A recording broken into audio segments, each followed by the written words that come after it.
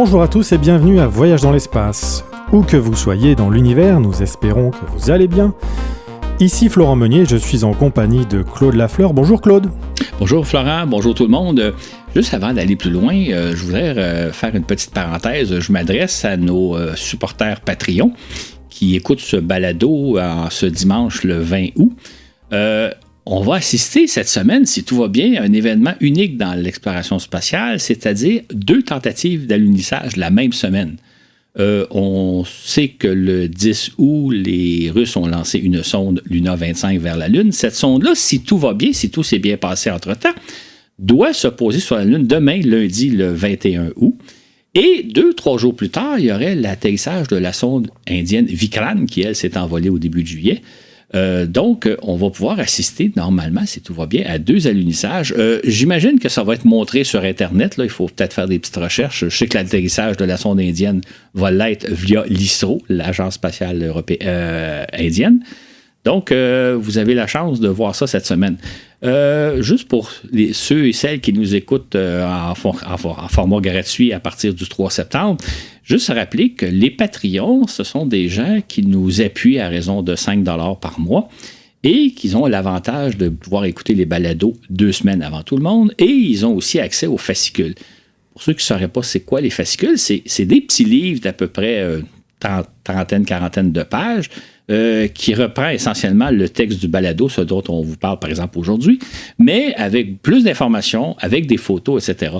Moi, je sais bien que si j'avais été jeune, si ça avait existé quand j'étais jeune, ce genre de fascicule-là, j'aurais trouvé ça extraordinaire parce que en 1 heure de lecture, on fait le tour d'horizon d'un sujet. Tout est à peu près là. Il y a des photos, il y a souvent des tableaux, des informations additionnelles.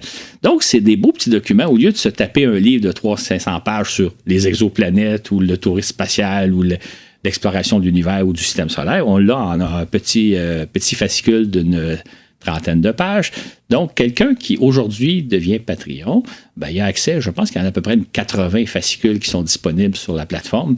Et j'ajouterais surtout que si vous nous appuyez financièrement, c'est très important pour nous. C'est un appui concret et ça nous permet de faire des choses qu'on ne pourrait pas faire autrement. Donc, si ça vous tente de nous encourager, si vous aimez ça, joignez-vous à l'équipage des Patreons.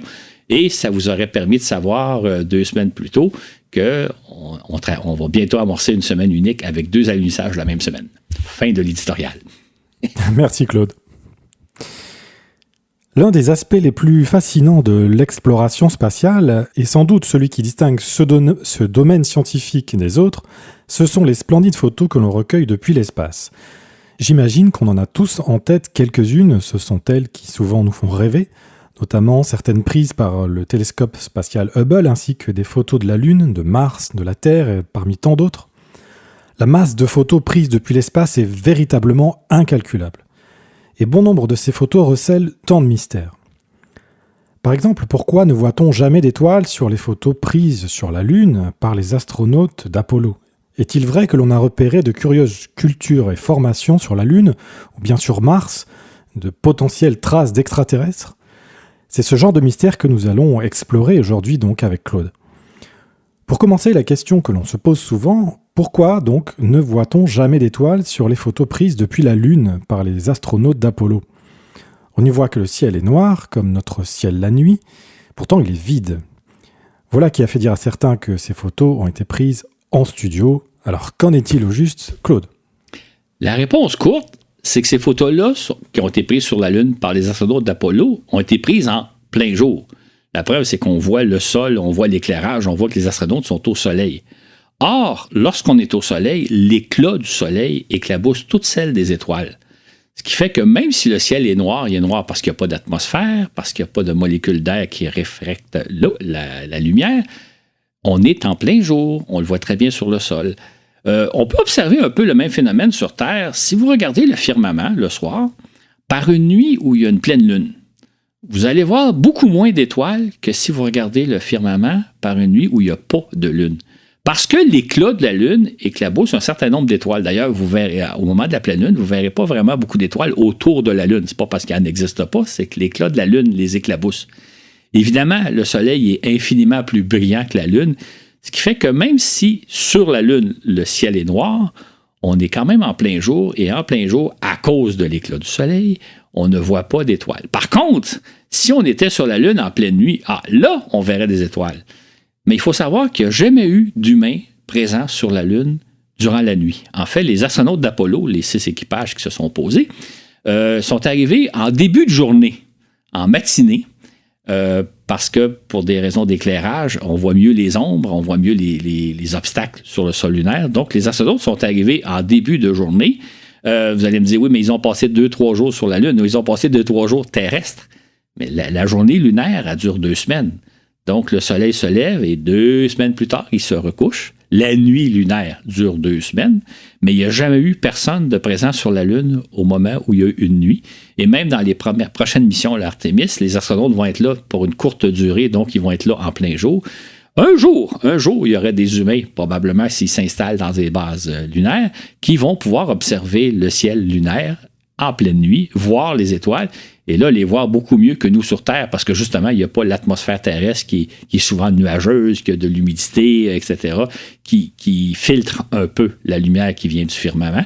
Sur la Lune, on va voir un ciel parfait, le rêve des astronomes d'ailleurs, mais pour tout ça, pour dire que la raison, tout simplement, pour laquelle on ne voit pas d'étoiles sur les photos d'Apollo, c'est parce qu'on est en plein jour, comme sur Terre. Sur Terre non plus, on ne voit pas d'étoiles le jour. Oui, j'imagine que c'est dû au fait que nos yeux ou nos appareils photo, ou les capteurs de nos appareils photo ne sont pas assez sensibles à la fois pour recevoir la lumière du soleil et la lumière des étoiles en même temps. Si on avait des yeux très sensibles, on pourrait, j'imagine, voir les deux, c'est ça? Oui ou non, c'est-à-dire même chose sur Terre. Si on avait des yeux ou des appareils suffisamment sensibles, on pourrait photographier toi et moi, on enregistre actuellement en plein jour. Théoriquement, les étoiles sont là, on pourrait théoriquement les voir, mais on ne les voit pas à cause de l'éclat du soleil.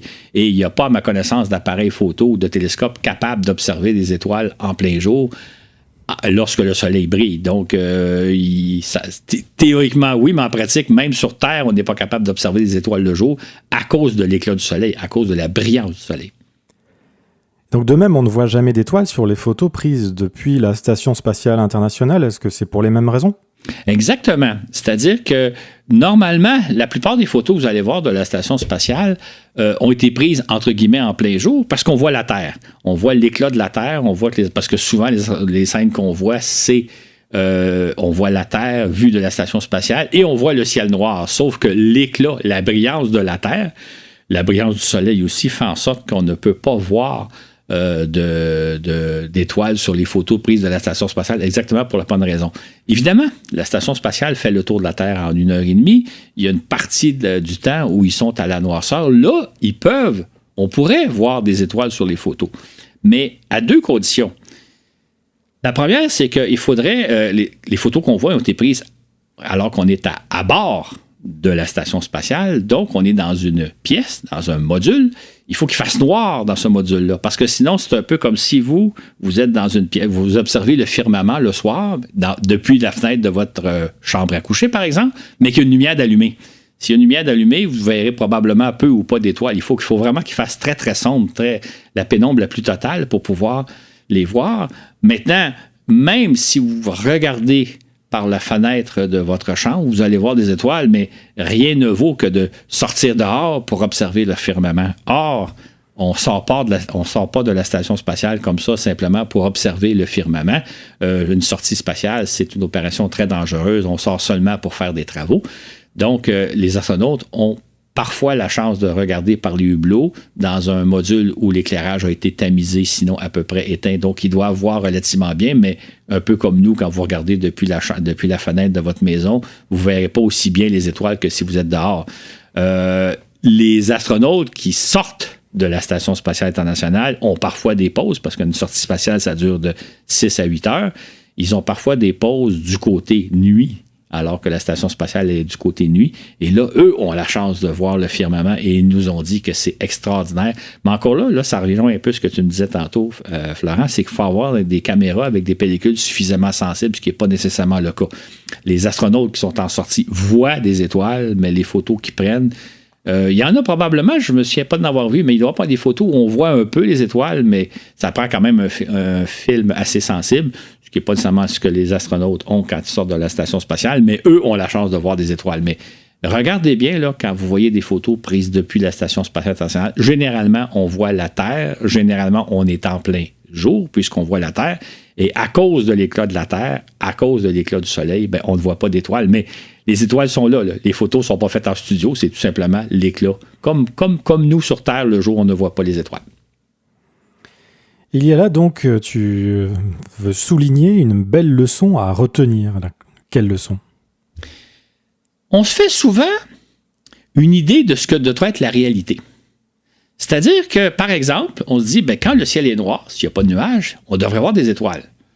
C'est la réalité qu'on observe sur Terre. Un soir où il n'y a pas de nuages, on voit des étoiles. Donc, on se dit, sur la Lune, le ciel est noir, donc on devrait voir des étoiles. Or, ce n'est pas le cas pour les raisons que je viens d'expliquer. Et ça, quand on examine des photos, on va le voir un peu plus loin, on a souvent une conception, j'ose dire une préconception de la réalité qui repose sur quelque chose. Là. On a tous fait l'observation que quand le ciel est noir et qu'il n'y a pas de nuages, on voit des étoiles. Mais ce n'est pas toujours le cas pour des raisons différentes. C'est pour ça que quand on se dit les photos d'Apollo ont été faites en studio, les photos sont truquées, preuve étant, il n'y a pas d'étoiles dans le ciel, on prend pour acquis qu'on est sur Terre, puis sur Terre, quand il n'y a pas de nuages, on voit des étoiles dans le ciel. Mais ce n'est pas le cas sur la Lune pour les raisons que je viens d'expliquer. Et on va le voir un peu plus loin. Il y a d'autres comme ça, présuppositions. On dit que la réalité devrait être de telle sorte. Puis si la réalité n'est pas conforme à ce qu'on pense qu'elle devrait être, bien là, on dit il y a trucage, il y a magouille, il y a quelque chose qui se passe. Mais ce n'est pas nécessairement le cas. C'est peut-être plus nous autres qu'on a une fausse conception. C'est pas parce que le ciel est noir qu'on voit nécessairement des étoiles. Si on est sur Terre, oui. Si on est sur la Lune, non. Et qu'en est-il de Mars? Le ciel de cette planète sera lui aussi dénué d'étoiles? Non, bien sur Mars, ça peut ressembler sur Terre, le même phénomène que sur Terre. Bon, d'abord, il faut savoir que la journée sur Mars dure 24 heures et 30 minutes ou 39 minutes, si ma mémoire est bonne. Donc, si vous étiez sur Mars, vous auriez un phénomène assez semblable à la Terre, c'est-à-dire que le jour, vous ne verriez pas d'étoiles parce que le soleil est clair et vous avez un phénomène semblable à ce qu'il y a sur Terre, mais la nuit, vous verriez des étoiles, comme sur Terre. Ça serait à peu près le même phénomène. Sauf qu'il y a une petite différence par rapport à la Terre, c'est que normalement, presque tout le temps, l'atmosphère de Mars est très sale. Il y a beaucoup de poussière en suspension. C'est pour ça d'ailleurs que le ciel est rose. C'est des particules de sable qui sont dans l'atmosphère. L'atmosphère de Mars est très sale. Il y a beaucoup de poussière. Sur Terre, on a un peu le même phénomène, sauf qu'on a la chance que quand il pleut, la pluie rabat au sol la poussière. La pluie lessive l'atmosphère terrestre. C'est pour ça d'ailleurs que souvent qu'après une bonne pluie, le ciel est plus clair. Les astronomes d'ailleurs aiment beaucoup quand il pleut en fin de journée, mais pas le soir, pour pouvoir observer le ciel. Donc, sur Mars, probablement que ça serait plus difficile de voir les étoiles, un peu comme nos ciels pollués, ou comme on l'a vu récemment, hein, il y a eu des incendies un peu partout à travers le monde, entre autres ici au Canada. On pouvait voir que l'atmosphère était sale, on pouvait voir qu'il y avait une espèce de brume qui n'était pas des nuages, qui était de la saleté. Quand arrivait un averse, ben, ça lessivait l'atmosphère et là, l'air devenait beaucoup plus agréable à respirer. Sur Mars, ben, c'est le même phénomène, mais comme il ne pleut jamais, l'atmosphère est toujours sale. Donc, ça doit être moins facile de voir les étoiles le soir, la nuit, depuis la planète Mars que sur Terre à cause de ce phénomène-là. L'atmosphère de Mars, non seulement est irrespirable parce que c'est du CO2, mais elle ressemble peut-être un peu à certaines journées ici qu'on a pu vivre au Canada quand il y avait les incendies de forêt importants, là, où là, l'atmosphère est sale, difficilement respirable. On a eu un petit peu, j'ai l'impression que c'était un avant-goût de ce que ça pourrait être sur Mars. Non, on va demander à Elon Musk de faire pleuvoir sur Mars. Ça serait une bonne idée. Voilà. Et qu'en est-il de Vénus? On sait que cette planète se trouve plus proche du Soleil que nous. Elle orbite à 100 millions de kilomètres, alors que nous orbitons, nous, à 150 millions de kilomètres. Est-ce que cela change quelque chose? Et qu'est-ce qu'on pourrait voir depuis le sol? C'est une question intéressante, sauf qu'il faut savoir que Vénus est en permanence entourée par une couche de nuages très épaisse, de plusieurs dizaines de kilomètres d'épaisseur. C'est-à-dire que si vous êtes à la surface de Vénus, jamais vous allez voir le ciel, le firmament. Jamais vous allez voir au travers des couches de nuages. Donc, vous ne sauriez pas que le firmament existe. Vous ne sauriez pas que les étoiles existent. Parce que depuis Vénus, on ne peut jamais observer le sol. C'est comme, Imaginons une journée d'automne où c'est très nuageux, une couche de nuages très épaisse, où c'est même très sombre. C'est un peu paradoxal. Vénus se trouve beaucoup plus proche du Soleil que la Terre. Vénus est à peu près à 100 millions de kilomètres, comme tu l'as dit, la Terre est à 150 millions de kilomètres, mais il fait beaucoup plus sombre à l'atmosphère de Vénus, comme une sombre journée d'hiver ou une sombre journée d'automne, où là, à cause de l'épaisse couche de nuages, donc, si on était sur le sol de Vénus, jamais on verrait les étoiles, jamais on verrait le firmament. On ne saurait pas que le firmament existe, que les étoiles existent. On peut se demander donc si on aurait inventé les mythologies, l'astrologie, ou les constellations et les signes du zodiaque. C'est ça? Exactement. D'ailleurs, on pourrait penser une chose. Hein? Si sur Terre, il y avait eu ce phénomène-là, on n'aurait pas donc... On ne saurait pas que le firmament existe. On n'aurait pas inventé, probablement les mythologies, les dieux dans le ciel, l'astrologie, le déplacement des planètes fait qu'on imagine toutes sortes de choses. On n'aurait pas inventé de ça, mais surtout, on n'aurait jamais donc connu l'existence du firmament. Si un jour, on avait eu quand même la curiosité de dire on va envoyer des fusées dans le ciel pour voir qu'est-ce qu'il y a, et une fois traversé l'épaisse couche de nuages de plusieurs dizaines de kilomètres dans le cas de Vénus, là, on aurait découvert l'univers. Ça aurait été absolument fantastique. D'un seul coup, toute notre conception de l'univers a été bouleversée parce qu'au-delà des nuages, on aurait découvert quelque chose. On aurait découvert littéralement tout un univers. Sur Terre, on a eu la chance de pouvoir le voir depuis les tout débuts de l'humanité. Sur Vénus ou sur Terre, si ça avait été comme Vénus, on l'aurait découvert beaucoup plus tard. Ça aurait tout changé notre histoire. Donc, ça serait amusant. Hein? On sait qu'il n'y a pas personne sur Vénus. Mais s'il y avait eu des Vénusiens, un jour, ils auraient découvert que l'univers existe, mais ça aurait pris beaucoup de temps, ça aurait pris beaucoup de développement technologique avant d'en arriver là. Si c'était arrivé sur Terre, ça aurait été tout à fait différent. Notre histoire aurait été tellement différente de ce qu'elle est.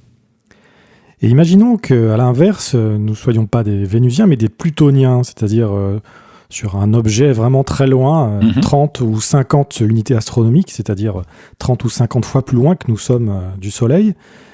Là, j'imagine que le Soleil ne devient plus trop un problème pour observer les étoiles, mais est-ce que justement le Soleil, à quoi il ressemblerait? Est-ce que c'est encore une boule assez grosse ou bien c'est plutôt comme une étoile comme une autre à cette distance?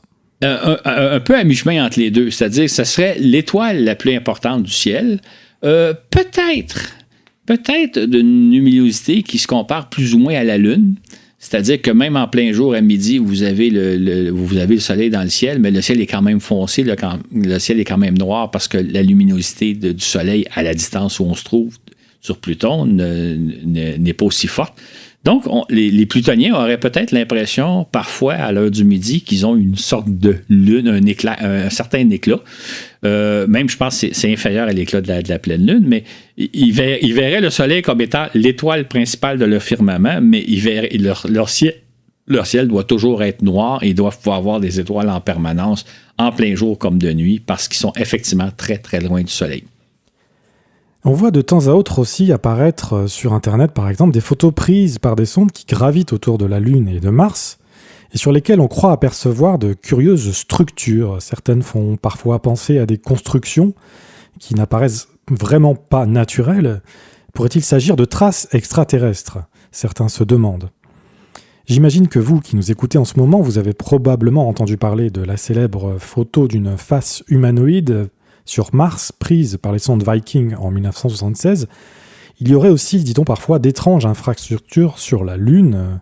Que penser de tout cela, Claude? Il s'agit, dans tous les cas, d'un peu d'illusion d'optique, d'effet d'ombrage. La fameuse photo du visage martien, que vous pouvez retrouver facilement sur Internet si vous tapez « face de Mars », vous allez la retrouver rapidement, est assez saisissante.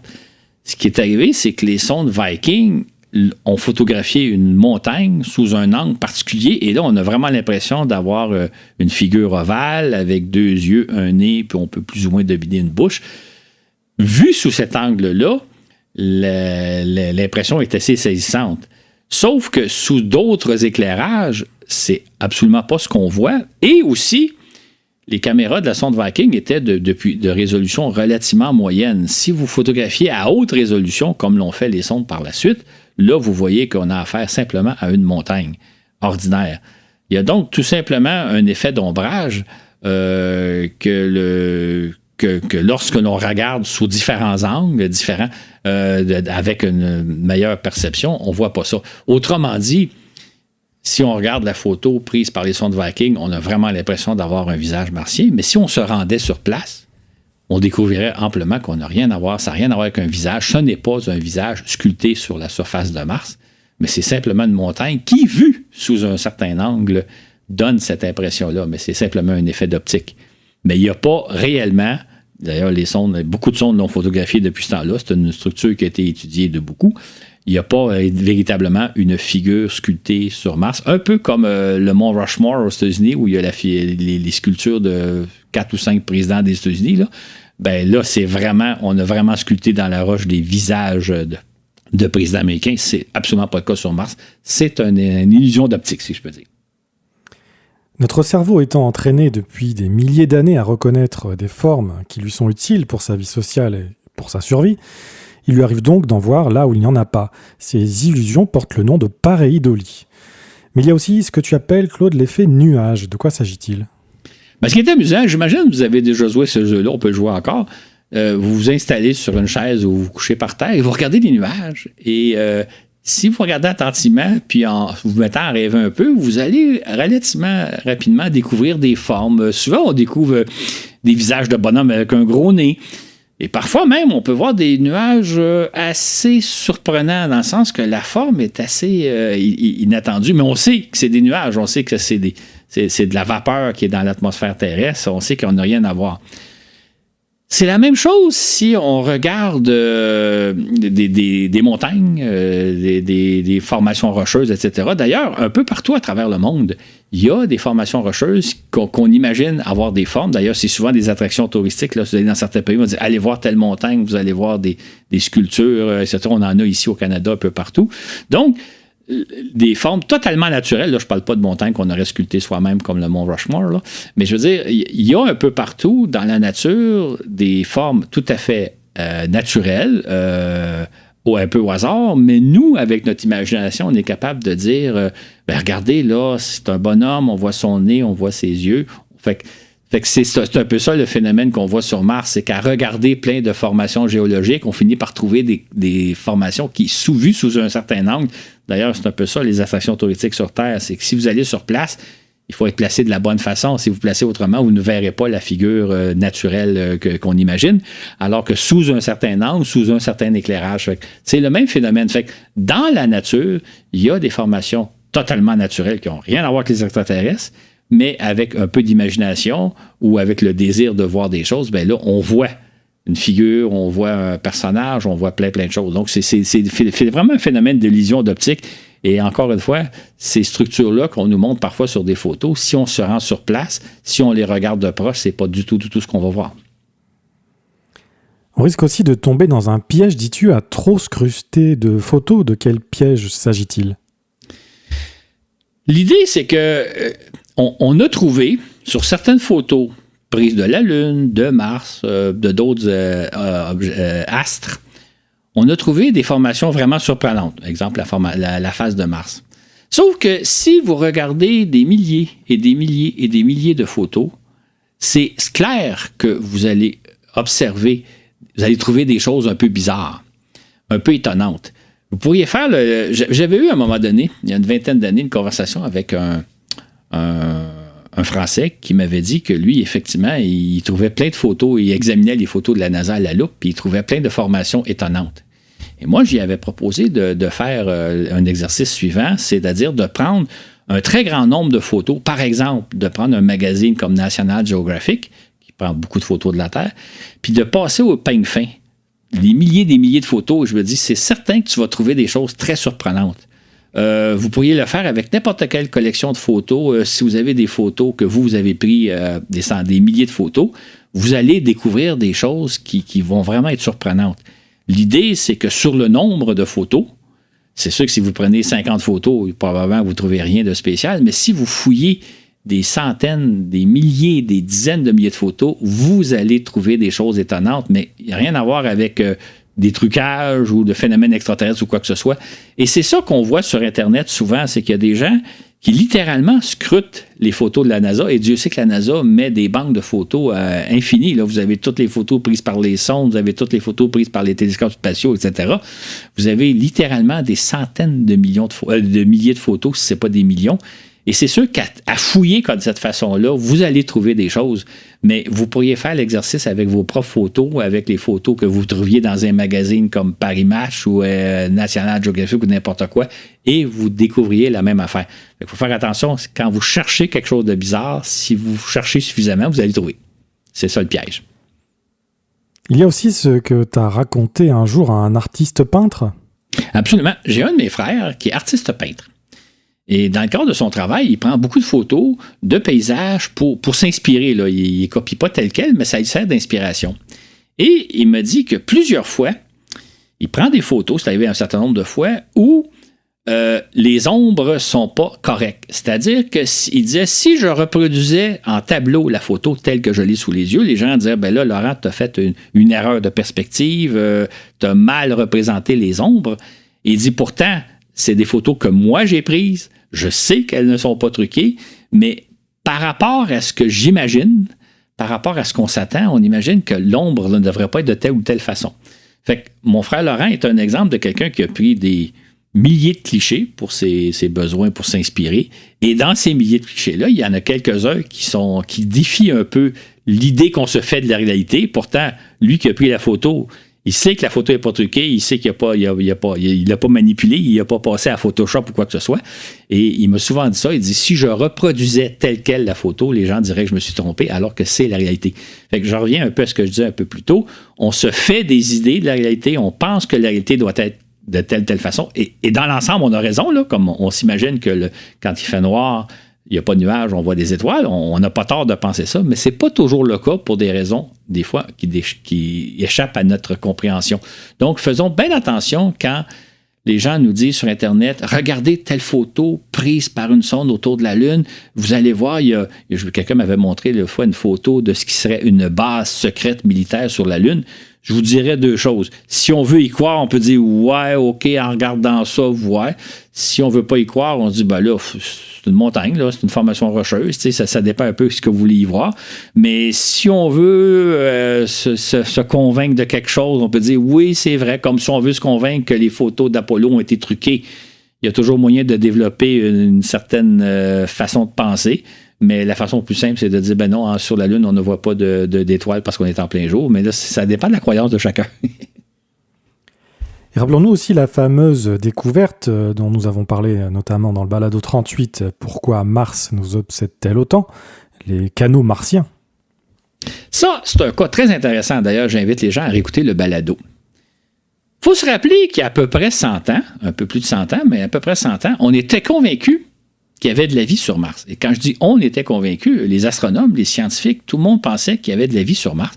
Certains avaient des bonnes raisons de penser même que c'était une vie très évoluée, très développée, qu'il y avait des civilisations sur Mars. Et donc, et ça, la plupart des scientifiques n'allaient pas jusque-là, mais certains avaient idée qu'il y avait eu une civilisation sur Mars. Et là, évidemment, on s'est mis à chercher des preuves. On s'est mis à dire, s'il y a une civilisation, est-ce qu'on peut en voir des traces? Et là, c'est un peu le phénomène que je disais tantôt. Si vous rêvez de trouver quelque chose, si vous cherchez quelque chose suffisamment attentivement, vous allez le trouver. Or, dans le cas des fameux canaux de Mars, avec les télescopes qu'on disposait à l'époque, certains se sont mis à voir des canaux. Donc, des structures qui traversent la planète Mars des pôles jusqu'à l'équateur, supposément censées transporter de l'eau, acheminer l'eau des pôles jusqu'à l'équateur, puisque la planète était très sèche. Donc, on a plein de récits de gens qui voyaient des canaux. En fait, certains voyaient des canaux, la plupart ne les voyaient pas. Et évidemment, aujourd'hui, on le sait, on envoyait des sondes. D'ailleurs, nos télescopes sont nettement plus puissants aujourd'hui. Juste au télescope, on voit bien qu'il n'y a pas de canaux sur Mars. Donc, pour ceux qui en douteraient que c'est un complot, que la NASA nous cache les photos, ils n'ont qu'à se procurer un relativement bon télescope là, qui coûte quelques milliers de dollars. Et ils vont très bien voir qu'il n'y a pas de canaux sur Mars. Mais c'est un bel exemple de... On voulait trouver des traces d'une civilisation sur Mars. On en a trouvé, c'est-à-dire qu'on a observé des canaux avec nos télescopes. Et évidemment, canaux qui n'existent pas. Fait qu'encore là, c'est toujours l'idée de... On part d'une idée, on s'imagine des choses et, comme par hasard, on trouve de quoi confirmer notre hypothèse alors que la réalité n'est pas là. Fait que si vous voulez croire que les photos d'Apollo ont été faites en studio, vous dites la preuve. Si vous voulez croire qu'il y a des canaux, qu'il y a une civilisation sur Mars, vous dites la preuve, il y a des canaux. Or, la réalité est tout autre. Venons-en maintenant à Apollo et avec une autre question qui intrigue souvent. Pourquoi Neil Armstrong n'apparaît jamais sur les photos d'Apollo 11 ? En effet, chaque fois que vous voyez des photos des astronautes d'Apollo 11 explorant le sol lunaire, c'est toujours Buzz Aldrin, le deuxième homme à avoir foulé le sol lunaire, que l'on voit. Sauf à bien chercher, bien sûr, dans le reflet du casque d'Aldrin, sans doute. Alors, pourquoi lui et jamais Armstrong sur les photos ? C'est amusant de penser, hein? J'oserais dire que c'est une petite erreur de planification. Vous savez, quand on envoie des équipages sur la Lune, tout est planifié. Les astronautes ne débarquaient pas sur la Lune, ne marchaient pas sur la Lune en disant « nous allons faire ceci, nous allons faire ça ». Leur sortie était chorégraphiée à la minute près. Et les planificateurs ont confié à Armstrong la tâche de documenter, de photographier le sol lunaire, donc de documenter la sortie. C'est lui qui avait la caméra. Et jamais ils ont pensé, c'est pour ça qu'il a photographié son collègue en plein travail, jamais ils ont pensé à dire, il faudrait peut-être qu'à un moment donné, Aldrin prenne la caméra et photographie Armstrong. Donc, ça a été un oubli. Il y a une seule photo qui existe où on voit Armstrong près du pied du module lunaire. Il est dans l'ombre du module lunaire, on le voit plus ou moins. C'est la seule photo à ma connaissance. Et évidemment, comme tu as si bien dit, on voit son reflet dans le casque d'Aldrin. Mais donc, c'est juste un banal oubli de la part des planificateurs de dire Armstrong étant le premier homme sur la Lune, il faudrait au moins avoir une photo qui l'immortalise, et c'est pas le cas. Il faut savoir aussi, à l'époque, les appareils photos sont relativement encombrants. C'est pas les cellulaires qu'on a aujourd'hui. Donc, les astronautes n'apportaient qu'une seule caméra. Chacun n'avait pas sa caméra. On peut penser que la prochaine fois qu'on va aller sur la Lune, chaque astronaute va avoir son propre appareil photo et ce problème-là ne se posera pas. Ben, dans le cas d'Apollo, les planificateurs de la mission ont eu beau planifier le moindre détail, imaginer toutes les possibilités, tout ce qui pourrait arriver. Ils ont tout simplement oublié de demander à Aldrin, il faudrait au moins que tu prennes une photo de Neil sur la Lune. Un oubli.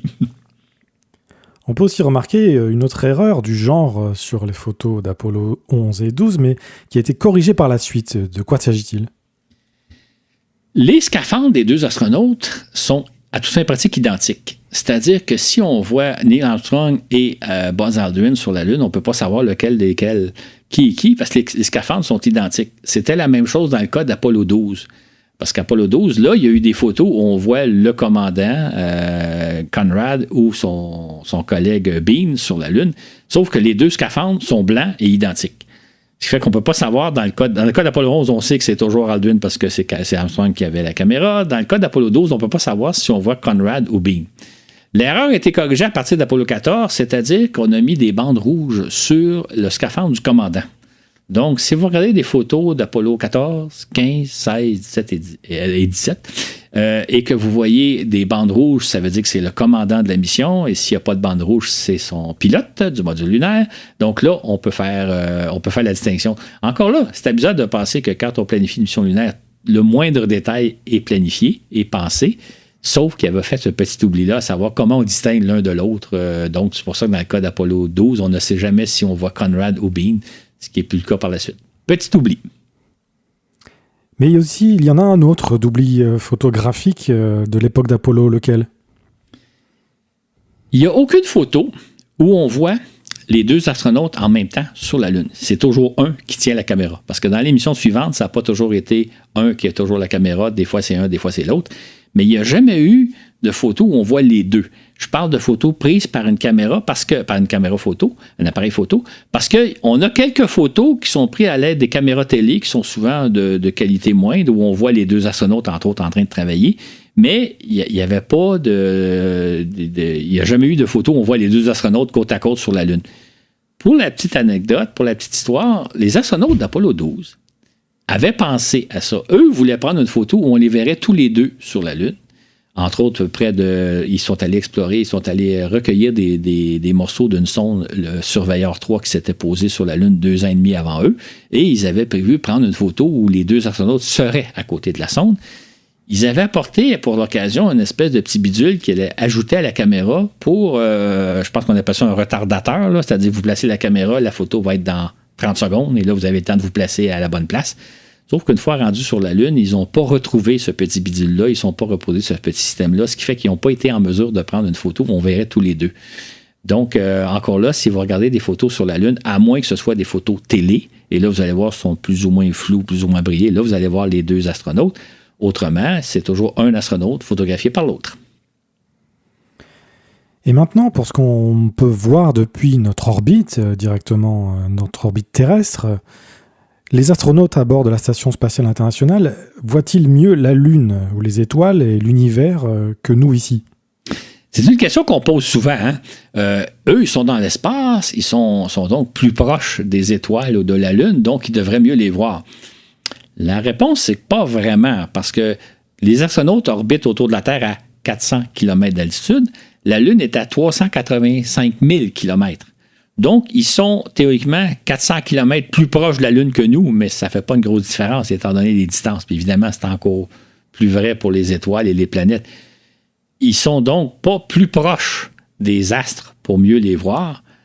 Par contre, évidemment, ils sont au-delà de l'atmosphère terrestre, donc ils n'ont pas les problèmes que nous, on a, la vapeur d'eau, la saleté de l'atmosphère, les nuages, etc. Ils sont dans un ciel parfait. Par contre, comme je l'expliquais un peu plus tôt, quand ils observent le ciel, ils sont dans la station spatiale, ils regardent à travers des hublots, possiblement dans une pièce qui est plus ou moins éclairée, donc ils ne voient pas très bien.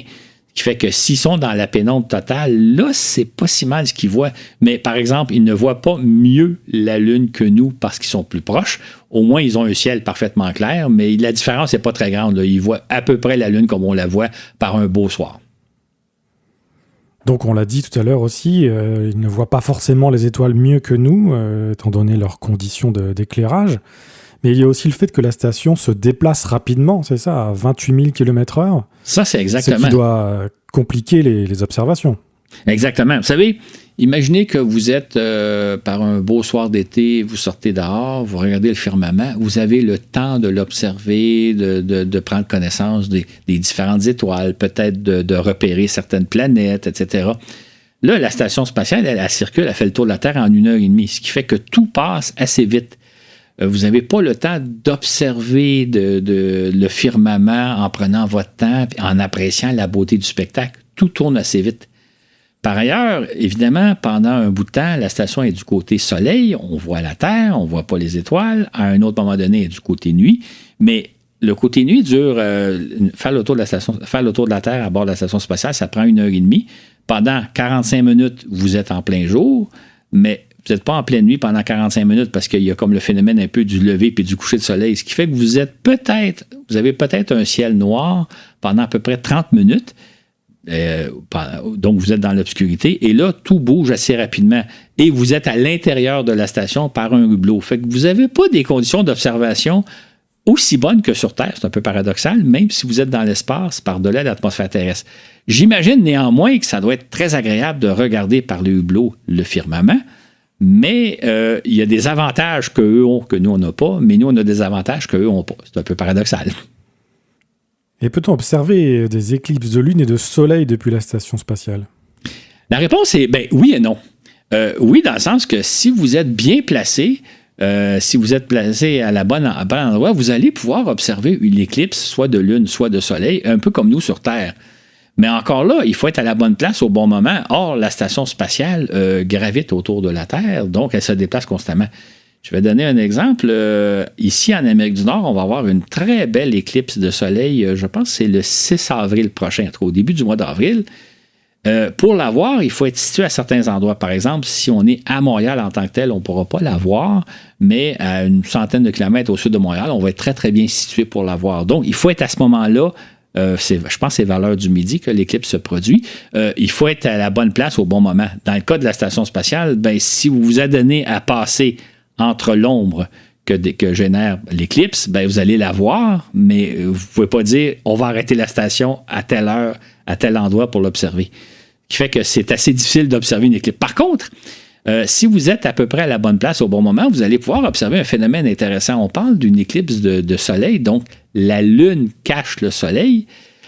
Quand nous, on est sur Terre, on est plongé en pleine nuit, c'est que la Lune fait ombre au soleil. Si vous êtes en orbite, vous allez voir sur la Terre, il y a des photos d'ailleurs qui ont été prises par des satellites météo, vous allez voir une tache d'ombre sur la Terre. C'est là où l'éclipse est totale pour les gens qui sont sur Terre. Donc, les astronautes qui sont à bord de la station spatiale, s'ils ont la chance d'être bien placés, s'ils regardent vers le Soleil, ils vont voir le Soleil éclipsé par la Lune. Et s'ils regardent en bas, ils vont voir qu'une partie de la Terre est plongée dans l'obscurité. Donc, ils vont avoir un point de vue que nous, on ne peut pas avoir sur Terre. Maintenant, je ne sais pas si c'est arrivé dans l'histoire où des astronautes ont été à la bonne place au bon moment, étant donné que la station spatiale circule autour de la Terre. Mais on a des satellites météo qui photographient en permanence la Terre. Eux nous ont montré la tache sombre qui se déplace le long de la Terre. C'est l'éclipse qu'on peut voir. D'ailleurs, probablement qu'au mois d'avril, les satellites météo vont prendre des photos. On va les voir après. Le cône d'ombre sur la Terre, on va le voir se déplacer, ce qui est théoriquement possible à partir de la station spatiale, si on est à bonne place au bon moment. Et rajoutons aussi que la Station spatiale internationale, je ne sais pas pour les autres stations, mais pour des raisons de communication, si je ne me trompe pas, elle tourne aussi sur elle-même au même rythme que sa période orbitale, ce qui ne doit pas faciliter les observations. En fait, c'est sûr que la station, par rapport à la surface terrestre, elle reste stable. C'est-à-dire que les hublots qui pointent vers la Terre vont toujours pointer vers la Terre. Ceux qui plongent vers l'univers, vers l'extérieur vont... Donc, c'est vrai que la station fait un tour sur elle-même en même temps que la Terre, mais ça donne l'impression que vous êtes toujours au-dessus de la surface terrestre, un peu comme si vous étiez en avion.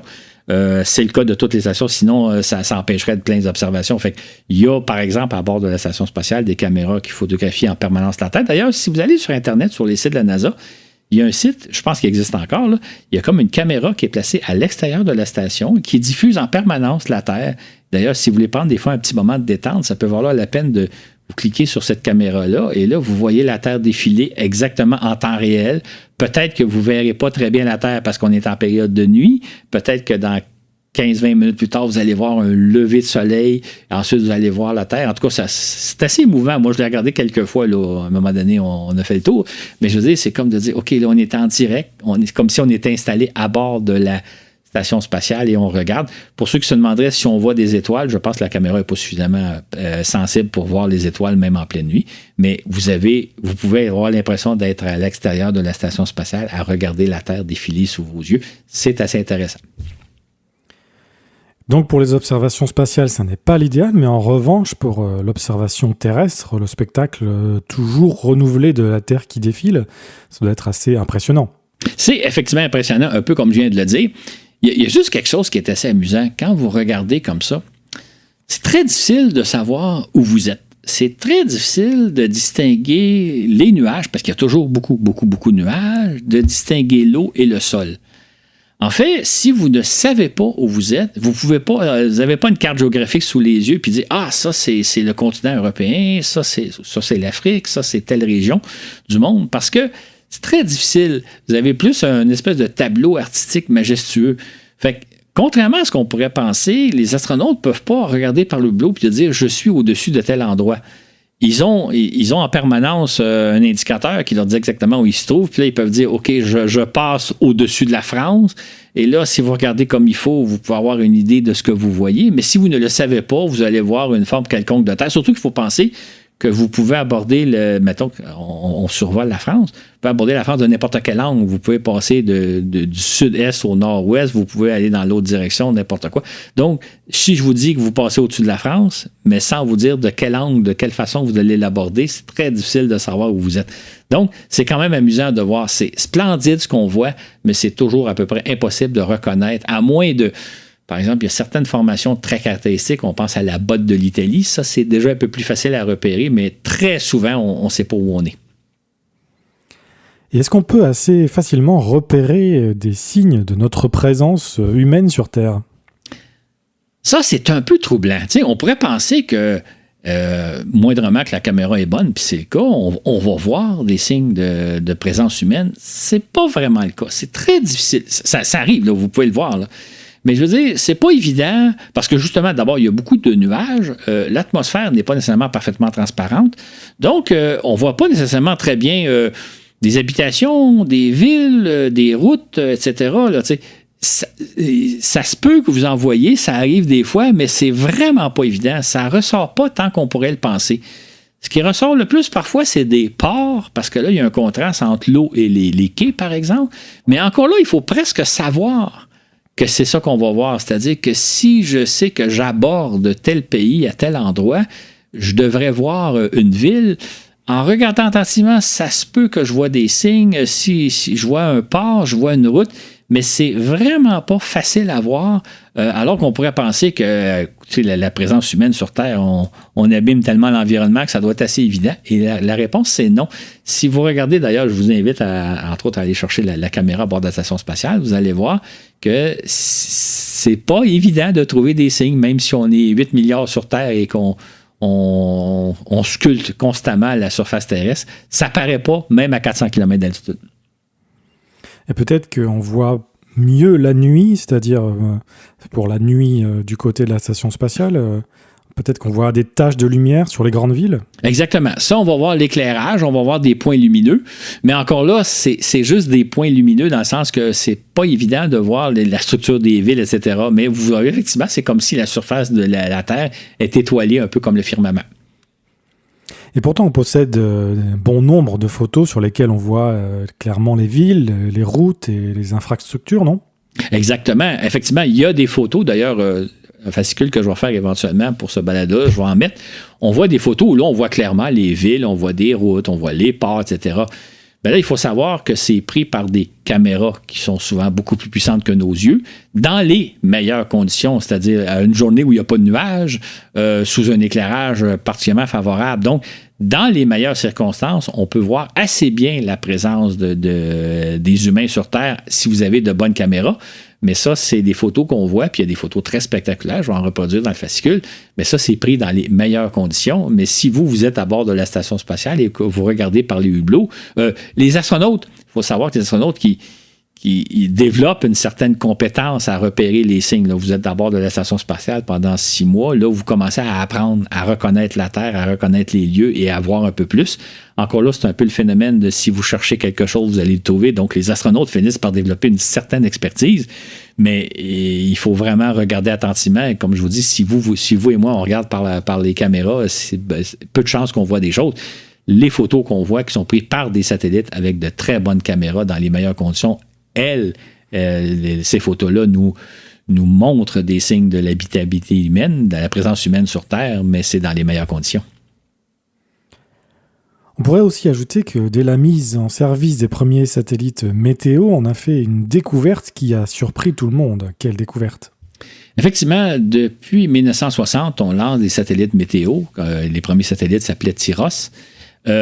Pour photographier la Terre, pour voir les formations nuageuses. Et ce qu'on a découvert, c'est que la Terre est pratiquement entièrement recouverte de nuages. En fait, on ne s'imaginait pas ça avant l'exploration spatiale. On pensait même que la Terre, il y avait des nuages par-ci, par-là, mais les nuages n'étaient pas si abondants. D'ailleurs, si vous regardez dans des bandes dessinées, par exemple, Tintin, c'est un exemple, Tintin sur la Lune, les deux albums de Tintin, Hergé a reproduit quelquefois la Terre dans le firmament, il place la Terre dans le firmament, vous allez très bien reconnaître les continents, parce que Hergé les a dessinés, mais vous allez voir aucun nuage. Bon, c'est sûr qu'à l'époque d'Hergé, on savait qu'il y avait des nuages autour de la Terre, mais on ne pensait pas qu'ils étaient abondants, donc on pensait que quand on irait dans l'espace, on verrait très très bien les continents, on distinguerait bien la forme des pays, etc. Or, ce n'est pas le cas. Je lance un chiffre comme ça, mais je dirais que la Terre est peut-être aux 2/3 recouverte de nuages, pas nécessairement une couche nuageuse épaisse, mais l'idée, c'est que ça cache une bonne partie du sol, de sorte que, et ça, c'est les satellites météo qui nous ont montré que les nuages sont beaucoup plus abondants, la couverture nuageuse est beaucoup plus abondante autour de la Terre que ce à quoi on s'attendait avant de lancer ces satellites-là. Ça a été une première découverte. Et est-ce qu'on peut apercevoir, donc, avec nos yeux, sans objectif spécial, est-ce qu'on peut voir depuis l'espace les grandes pyramides d'Égypte? Théoriquement, oui, dans les meilleures conditions, mais là, il y a un problème qui se pose. Hein? Les pyramides sont la même couleur que le sable.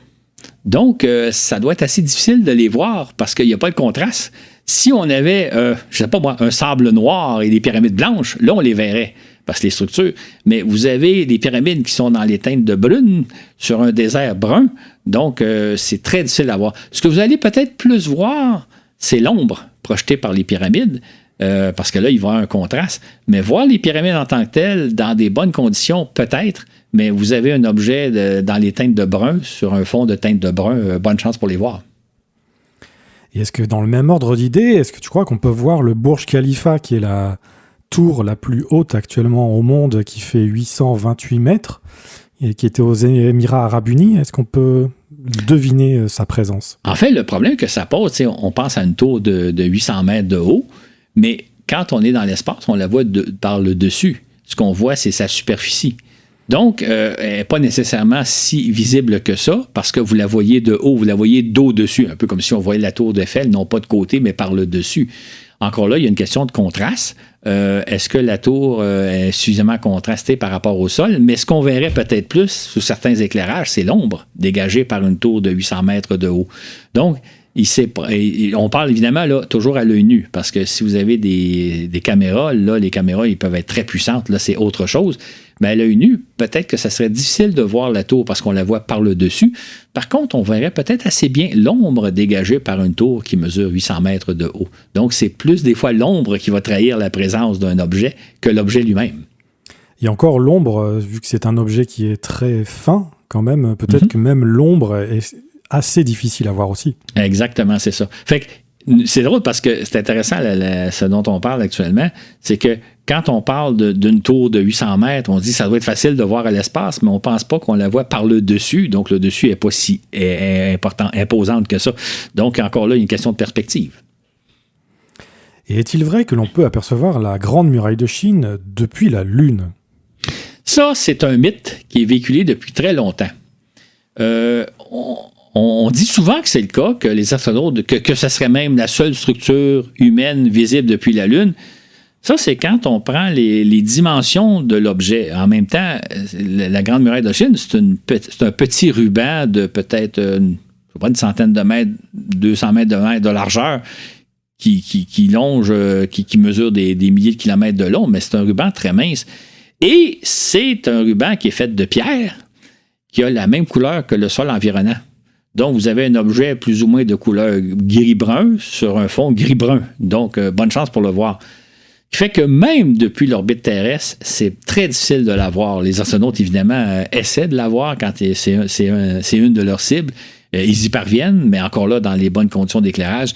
Mais de toute évidence, depuis la Lune, c'est impossible de la voir parce que c'est un ruban très, très, très, très mince qui a à peu près la même couleur du sol. Et en plus, si l'atmosphère terrestre était parfaitement transparente, il n'y avait aucun nuage, rien, peut-être que dans certaines conditions, mais en réalité, quand vous êtes sur la Lune, puis rappelez-vous là, les photos qu'ont pris les astronautes depuis la Lune, on ne voit même pas les continents terrestres tellement il y a des nuages, tellement il y a de la turbulence dans l'atmosphère. On ne peut pas regarder des photos prises depuis la Lune de la Terre. Vous n'êtes jamais capable de dire « Ah, ce qu'on voit, c'est l'Europe, c'est l'Amérique, c'est l'Amérique du Sud ou l'Australie, etc. » Donc, on n'arrive même pas à distinguer clairement les continents. Imaginez une structure comme la muraille de Chine. Fait que quand vous entendez parler que la muraille de Chine, c'est la seule structure humaine visible depuis la Lune, c'est totalement faux. C'est quelqu'un un jour qui a sorti ça, probablement un journaliste, je n'ai pas la référence, qui a sorti ça un jour, mais c'est resté dans l'imaginaire populaire, mais c'est totalement faux. Et peut-être que vous avez vu passer cette information, mais il est possible de voir des formations de plancton, de phytoplancton depuis l'espace. Il s'agit de grandes taches, ça fait même des fois des tourbillons de plancton qu'on peut voir depuis l'espace, même à l'œil nu. Et donc, mis à part ça, c'est assez bizarre hein, d'ailleurs, parce que ce sont les plus petits animaux que l'on puisse voir depuis l'espace. Donc, mis à part cela, Claude, est-ce qu'il est possible de voir des animaux depuis l'orbite? Sûrement pas à l'œil nu, parce que c'est vraiment beaucoup trop petit. On pense à un éléphant, on pense à des hippopotames, on pense à... Puis encore là, on pourrait penser à des girafes. Les girafes, on les voit bien de côté, mais si vous êtes dessus, c'est pas très gros, une girafe. Ce qui fait que non, depuis l'espace, on peut pas vraiment voir à l'œil nu, par exemple, des troupeaux d'animaux, à moins d'avoir des conditions exceptionnelles, par exemple, je sais pas, des animaux qui seraient de teinte grise dans un champ vert, peut-être qu'on percevrait, mais autrement, non, on peut pas voir d'animaux à l'œil nu. On va en parler dans quelques minutes, je pense, des satellites militaires qui ont des caméras extrêmement puissantes. Eux seraient capables de photographier des animaux, mais on ne peut pas les voir à l'œil nu. Et on lance justement donc une multitude de satellites d'observation de la Terre à des fins civiles. Et pourquoi faire? il y a des centaines de satellites actuellement qui gravitent autour de la Terre et qui observent la Terre pour différentes fins. On en a déjà parlé, les satellites militaires, là, on va en parler dans quelques minutes, mais il y a aussi une famille de satellites dont on parle plus malheureusement qui s'appelle les satellites de télédétection. Ce sont des satellites qui s'intéressent à l'environnement terrestre. Donc, qui étudient, par exemple, la forestation, l'urbanisme, la géologie, etc., etc. Donc, des satellites qui, à des fins civiles, observent la Terre sous tous ses angles pour voir un peu qu'est-ce que la Terre, comment se développe la Terre, comment évolue la Terre. Fait qu'il y a, on a parlé un peu plus tôt des satellites météo, qui eux s'intéressent à observer les nuages autour de la Terre, mais il y a des satellites qui s'intéressent au sol terrestre. Donc, comment on gère le sol terrestre? Parce que les urbanismes, entre autres, se servent des satellites de télédétection dans leurs travaux. Des firmes comme Hydro-Québec, ici au Québec, qui planifient des barrages, se servent des satellites de télédétection pour étudier comme il faut l'environnement, savoir exactement ce qu'ils peuvent faire et pas faire. Il y a aussi des satellites qui observent les océans, donc qui mesurent entre autres la température des océans, qui observent les courants marins, qui observent différents phénomènes de l'océan. Donc, des satellites qui observent la Terre dans leur ensemble pour nous donner une meilleure idée de la planète dans laquelle on est. D'ailleurs, ce qui est intéressant, c'est qu'à l'origine, dans les années 70, quand on a lancé les premiers satellites de télédétection, entre autres les Français, vous avez lancé une famille de satellites qui s'appelait SPOT, c'était des satellites financés par les gouvernements. Mais depuis une bonne vingtaine d'années, c'est pas une trentaine d'années, c'est devenu un secteur commercial. C'est-à-dire que c'est extrêmement rentable pour des entreprises de lancer leurs propres satellites d'observation de la Terre. Et ils vendent les données satellitaires qu'ils recueillent à différents gouvernements, différentes entreprises, différentes sociétés. Donc, c'est devenu un secteur commercial extrêmement rentable. Fait qu'il y a des centaines, littéralement des centaines de satellites qui observent la Terre à des fins civiles et c'est même un domaine très rentable au niveau commercial et on en parle relativement peu. D'ailleurs, ces satellites-là ont joué des rôles importants cet été pour observer les incendies de forêt qui ont lieu un peu partout, entre autres ici dans le nord du Canada. Donc, les données satellitaires prises par certains satellites commerciaux servaient aux pompiers pour voir où sont les incendies, comment les circonscrire, évidemment prendre connaissance du terrain lui-même, de quelle façon on peut procéder. Donc, les satellites ont joué un rôle dont on n'a pas vraiment parlé, mais sûrement très important dans le combat des feux de forêt, pour permettre de savoir exactement qu'est-ce qui se passe, où sont les feux, de quelle façon on peut les attaquer. Donc, c'est un domaine à la fois très important et même commercial, très rentable. Il y a des centaines de satellites commerciaux à l'œuvre actuellement. Et que voient particulièrement les satellites météo? Les satellites météo, évidemment, au point de départ, ils s'intéressaient à repérer les nuages. On se disait à l'époque, quand on les a lancés, si on sait où sont les nuages et dans quelle direction ils vont, on va pouvoir prédire la météo.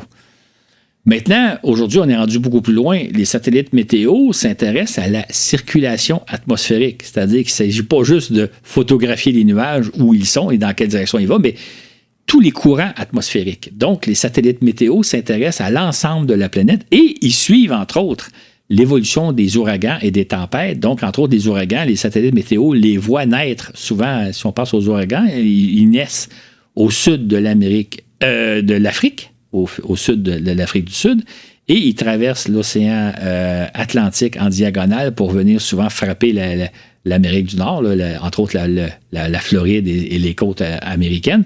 Donc, les satellites météo voient les ouragans naître, les voient se développer, suivent leur trajectoire, et c'est eux qui permettent de prédire la trajectoire des ouragans, puis de dire aux gens, ils vont frapper à tel endroit, préparez-vous.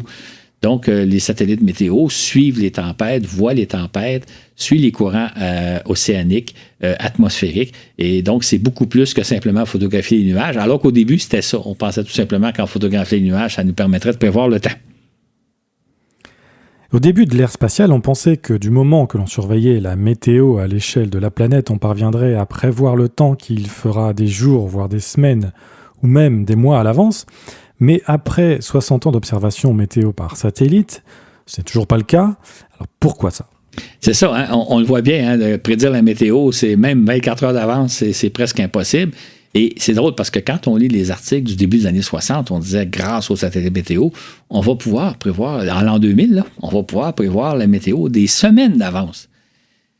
Ce qu'on a découvert entre-temps, c'est qu'il ne s'agissait pas simplement de connaître la position des nuages, de connaître la direction dans laquelle ils s'en vont et à quelle vitesse, donc de pouvoir déduire.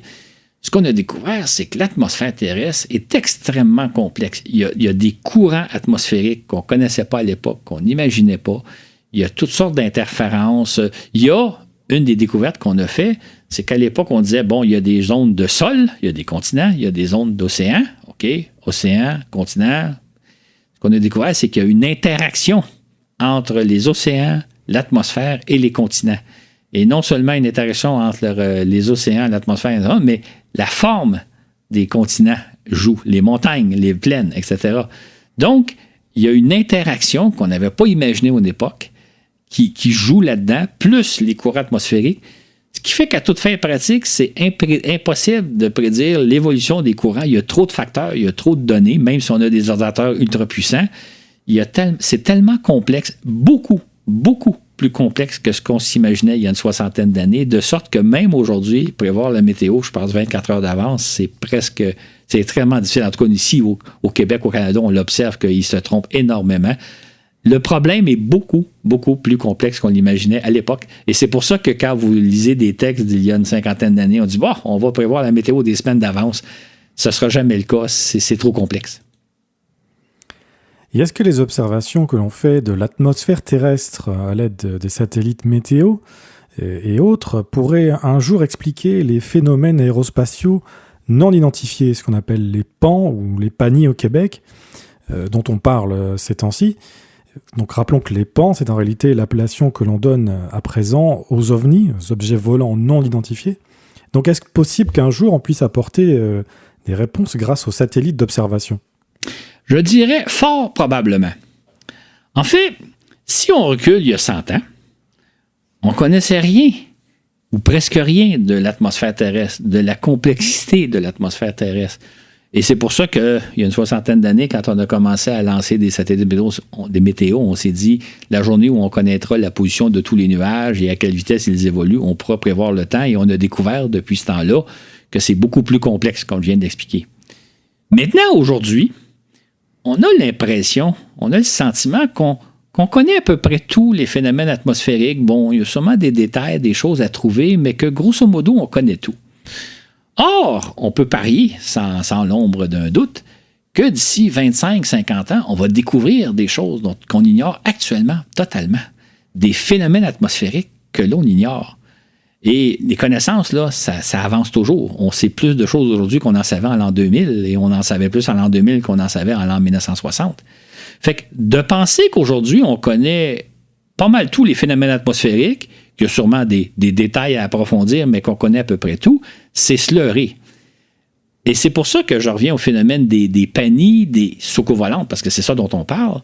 On se dit, il y a des phénomènes atmosphériques inexpliqués, donc de nature extraterrestre, mais fort probablement que d'ici les prochaines années, dans 25 ans, 30 ans, 50 ans, nos connaissances vont avoir évolué et vont dire, ce qu'on n'était pas capable d'expliquer en 2023, ben aujourd'hui, on l'explique comme étant un phénomène totalement naturel. Ce qui fait que les gens qui s'imaginent que parce qu'on est confronté à des phénomènes que l'on ne s'explique pas, on n'a pas affaire à des phénomènes naturels parce qu'on connaît tous les phénomènes naturels et que donc c'est nécessairement un phénomène extraterrestre, ben ces gens-là se trompent. Il y a plein de choses qu'on va apprendre au cours des prochaines décennies qui vont changer notre vision des choses, comme si on regarde nos connaissances de l'atmosphère terrestre il y a 50 ans ou il y a 100 ans, on est dans des années-lumière au niveau de nos connaissances. Fait qu'il y ait actuellement dans l'atmosphère terrestre des phénomènes qu'on ne s'explique pas, c'est tout à fait normal, j'oserais dire c'est tout à fait naturel, mais ça ne veut pas dire que parce qu'on ne les explique pas qu'on a affaire à des phénomènes extraterrestres. C'est fort probablement des phénomènes naturels dont on va découvrir la nature, l'explication dans quelques années, dans quelques décennies. Et ça, là, moi j'aime beaucoup fouiller les archives, explorer le passé, et je me dis, c'est toujours l'erreur qu'on fait. Au moment où on se trouve, que ce soit en 1960, en 1980 ou en 2000, on a l'impression toujours dans à peu près tous les domaines d'à peu près tout savoir, sinon quelques détails, que ce soit en médecine, que ce soit en chimie, en physique, n'importe quoi. Sauf que plus tard, on découvre des phénomènes, des pans entiers de la connaissance qu'on ignorait. Mais on parle de connaissances naturelles. Ce qui fait qu'aujourd'hui, en 2023, on a l'impression qu'on connaît à peu près tout de l'atmosphère terrestre et que, sûrement que les spécialistes ont des notions à approfondir, mais alors que la réalité, c'est qu'on va peut-être découvrir des phénomènes totalement naturels, OK, qui vont expliquer des pans entiers d'observations mystérieuses que l'on fait actuellement. Je vais faire un exemple un peu caricatural. Si on recule d'à peu près il y a 500 ans, il y avait des gens qui avaient des problèmes de nature psychologique, psychiatrique, qu'on attribuait, mettons, aux démons. C'est des traces, c'est les manifestations du démon. La personne est possédée du démon. Aujourd'hui, puis c'est des connaissances récentes, depuis peut-être moins d'un siècle, on sait que c'est des problèmes de maladie mentale, c'est des problèmes de dysfonctionnement du cerveau. Ça n'a rien à voir avec la possession du démon. Aujourd'hui, on observe des phénomènes dans l'atmosphère terrestre, on dit « Ah, ça, c'est pas naturel, c'est de nature extraterrestre, là. Ça, c'est la présence des extraterrestres. » On fait un peu le même genre de raisonnement qu'il y a 500 ans. On disait « La personne est possédée du démon. » Aujourd'hui, on sait que c'est des troubles psychiatriques, des troubles psychologiques, des troubles du cerveau. Ça n'a rien à voir avec le démon ne prend pas possession des gens, même si certains pensent encore, ils font de l'exorcisme et tout ça. Aujourd'hui, on sait que c'est des problèmes de l'ordre de la psychiatrie ou quelque chose du genre. Fait que de penser que dans l'atmosphère terrestre, il y a des phénomènes qu'on ne s'explique pas, qui sont nécessairement de nature naturelle, c'est un peu invoquer le démon. La personne est possédée du démon. Ben aujourd'hui, il y a des traces d'extraterrestres dans l'atmosphère, ce dont je doute fortement. Il y a aussi quantité d'autres satellites, en dehors des satellites commerciaux et des satellites d'observation, les satellites militaires. Alors, que font ces satellites ? Il y a effectivement beaucoup de satellites militaires d'observation de la Terre, mais je dirais qu'il y en a beaucoup moins aujourd'hui qu'il y en avait dans les années 60-70. On en lance beaucoup moins. Il y a beaucoup plus de satellites d'observation de la Terre à des fins civiles que militaires. Bon, les satellites militaires ont plusieurs fonctions. La première, c'est évidemment de surveiller ce qui se passe en territoire ennemi. Est-ce que l'ennemi est en train, je mets ennemi entre guillemets, en train de préparer une attaque? C'était souvent d'ailleurs le cas dans les années 60-70. Aujourd'hui, on s'en sert pour savoir quelles sont les forces en présence. Quelles sont par exemple, si on se passe de notre angle à nous en Amérique, en Occident, on va se demander quelles sont les forces chinoises, qu'est-ce que les Chinois ont comme armement, de quelle façon ils le déploient, où elles sont ces armements-là. Même chose du côté des Russes. Donc, les satellites militaires observent la Terre pour voir qu'est-ce que l'ennemi prépare, quelles sont les forces en présence.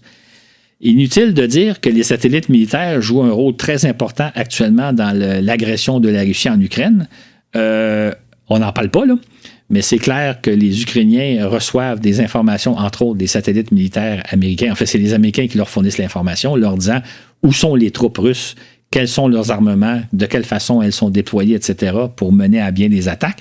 Et évidemment, les Russes font la même chose. Les Russes ont leur propre satellite de reconnaissance, d'observation de la Terre à des fins militaires.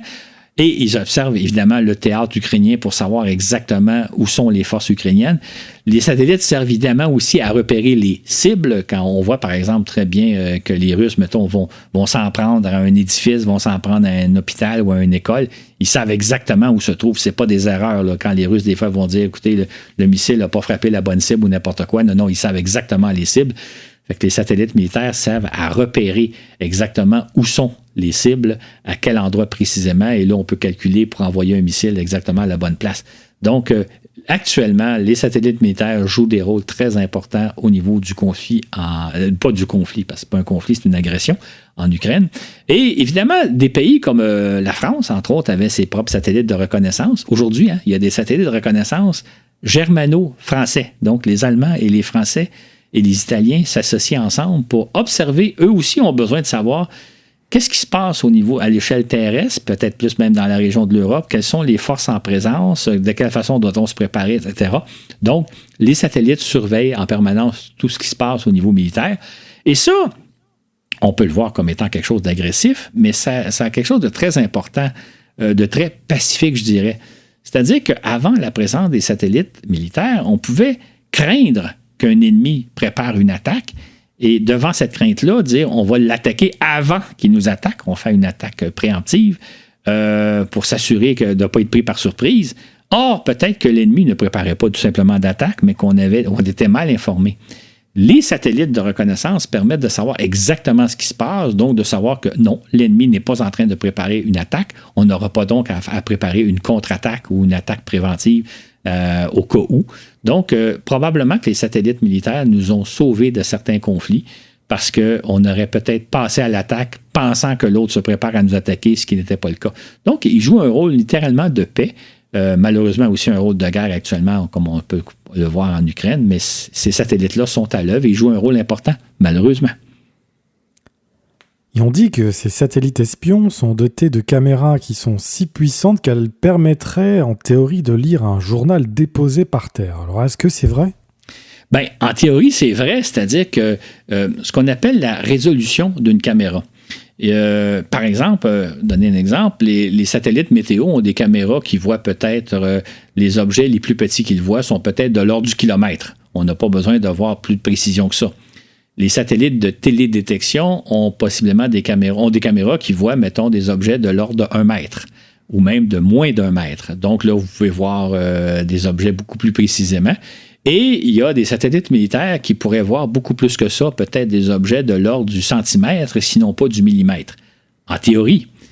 Le problème que ça pose, c'est que l'atmosphère terrestre n'est pas parfaitement transparente. Comme je l'ai souvent dit, l'atmosphère terrestre, elle est sale. L'atmosphère terrestre contient de l'humidité qui brouille. Évidemment, il y a des nuages. C'est que même dans les meilleures conditions, les caméras ne seraient pas capables de photographier, par exemple, la couverture d'un livre ou d'un journal. Non pas que la puissance n'existe pas, mais l'atmosphère terrestre n'est pas assez suffisamment transparente. S'il n'y avait pas d'atmosphère autour de la Terre, ce serait théoriquement possible. Maintenant, il y a un inconvénient aussi à ajouter à ça, c'est que plus vous photographiez quelque chose de précis, moins vous voyez large. Hein? On a tous des caméras. Si on zoome, on permet de voir plus en détail, mais on voit moins large. Fait que si vous voudriez photographier la Terre à 1 centimètre, avec une capacité d'1 centimètre, vous ne verriez pas grand-chose. C'est parfois souvent plus agréable de voir des photos où on voit, mettons, juste à 1 mètre près ou à même 10 mètres près, et là, vous avez une vue d'ensemble. On pourrait passer une caricature en disant « l'arbre cache la forêt ». Vous pourriez avoir des caméras capables de photographier chacun des arbres d'une forêt, mais ça serait très difficile de voir l'ensemble de la forêt. Donc, l'idée que des satellites de reconnaissance sont capables de lire le journal, c'est en théorie vrai, mais en pratique, c'est faux et ça n'a vraiment pas d'utilité. D'ailleurs, un responsable militaire avait sorti un jour en boutarde et dit « Si on veut lire le journal, on va tout simplement l'acheter. On n'a pas besoin de le photographier depuis l'orbite terrestre. » Et comme nous l'avons maintes fois rapporté, nous explorons les planètes à l'aide de sondes interplanétaires qui nous envoient souvent des photos spectaculaires de mondes étranges. La photographie joue un rôle essentiel dans notre connaissance du système solaire. Il y a des sondes qui survolent rapidement une planète, comme l'ont fait les sondes Voyager et qui nous ont révélé les planètes Jupiter, Saturne, Uranus et Neptune. Et plus récemment, en 2015, la sonde New Horizons nous a offert un premier coup d'œil sur Pluton. On envoie aussi des sondes se placer en orbite autour des planètes afin de les étudier plus longuement. Qu'observent donc ces sondes et que nous apportent-elles de plus que celles qui croisent rapidement la planète? Ce qui est intéressant, c'est qu'effectivement, quand on fait un premier survol d'une planète, on découvre l'ensemble de ce qu'il y a à voir. Et à partir de ces découvertes-là, on va concevoir des sondes qui vont être spécialisées, des sondes qui vont observer plus en détail certains phénomènes qu'on aura repérés lors du survol. Donc, ces sondes-là tirent profit du premier survol qu'on a fait à partir des premières sondes qui nous ont révélé un peu qu'est-ce qu'il y a à voir dans l'ensemble. Et après ça, on développe des sondes spécialisées. D'ailleurs, il y a une bonne dizaine de sondes actuellement en orbite autour de Mars, chacune étudiant Mars à sa façon. On pourrait prendre un exemple. On pourrait prendre Pluton. On a envoyé la sonde New Horizons autour de Pluton, qui a survolé Pluton à l'été de 2015. On a eu un premier survol. On a une première idée de ce que c'est Pluton. On en sait beaucoup plus aujourd'hui sur Pluton qu'on en savait avant. Mais dans le fond, on a tout à découvrir un jour. Un jour, on va lancer une sonde vers Pluton, là, c'est pas encore prévu, qui va se placer en orbite autour de Pluton. Et là, on va découvrir énormément de choses à propos de Pluton. Ce qui fait qu'actuellement, on a une certaine idée de ce qu'est Pluton, comme à une certaine époque, on avait une certaine idée de ce qu'est Vénus, de ce qu'est Mars, etc. Mais quand on place des sondes en orbite, là, on va vraiment découvrir ce à quoi on a affaire. Et c'est pas encore le cas pour Pluton, mais un jour, peut-être dans 20-30 ans, on va placer une sonde en orbite autour de Pluton. Et là, on va vraiment découvrir ce que recèle cette planète-là, tous les secrets de cette planète-là. Donc, c'est l'utilité de placer des sondes en orbite, même si les sondes qui ont fait un premier survol nous ont souvent donné une assez bonne idée de ce qu'il y a à savoir, de ce qu'il y a à voir. Et on place aussi des sondes autour de la Lune. Alors pourquoi, nous qui connaissons déjà très bien notre satellite naturel? Effectivement, on peut se demander, est-ce qu'il y a quelque chose qu'on ne connaît pas à propos de la Lune? La réponse, c'est oui. En fait, comme je l'expliquais dans certains balados, on a tout à découvrir à propos de la Lune. Ce qui fait qu'actuellement, il y a des sondes qui étudient l'ensemble de la Lune, la géologie de la Lune. On a encore beaucoup de choses à apprendre. Qui repèrent aussi des traces d'eau, parce qu'on sait qu'il y a de l'eau sur la Lune. On parle beaucoup, soit dit en passant dans les médias, qu'il y a de l'eau au pôle sud, au fond de certains cratères, que des astronautes pourraient aller récupérer un jour. Mais ce qu'il faut savoir, d'ailleurs, c'est que les sondes orbitales ont découvert, il y a peut-être une dizaine d'années, qu'il y a même moins que ça, qu'il y a aussi de l'eau un peu partout sur la Lune, juste sous la surface, peut-être à 20 ou 30 cm sous la surface, il y a des molécules d'eau. C'est pas des concentrations d'eau, là, c'est pas un sol marécageux, c'est pas des rivières, c'est pas des lacs, mais il y a des molécules d'eau un peu partout sur la Lune. Fait que les sondes qui actuellement étudient la Lune nous en apprennent énormément, même si on étudiait énormément la Lune dans les années 60. On a encore tout à apprendre à propos de la Lune et c'est un peu dommage d'ailleurs, j'en ai déjà parlé, qu'on se concentre juste sur le pôle sud, parce que l'ensemble de la Lune recèle plein de secrets dont on n'a pas vraiment idée aujourd'hui. Et est-ce que ces sondes orbitales autour de la Lune peuvent-elles repérer des véhicules automatiques qui explorent le sol lunaire? Ce qui est intéressant, je disais tantôt que les satellites militaires qui sont en orbite autour de la Terre sont limités par la présence de l'atmosphère qui est à la fois sale et vaporeuse, etc. Dans le cas de la Lune, il n'y a pas d'atmosphère. Fait que là, vous pourriez théoriquement avoir des caméras qui seraient capables de lire le journal. Ça n'a pas son utilité, soit dit en passant. Mais ces caméras-là voient très, très bien les traces laissées par les astronautes d'Apollo, on en parlait tantôt. Ils sont capables, pas seulement les traces de pas, mais par exemple les traces de roues des jeeps lunaires que les astronautes ont employés.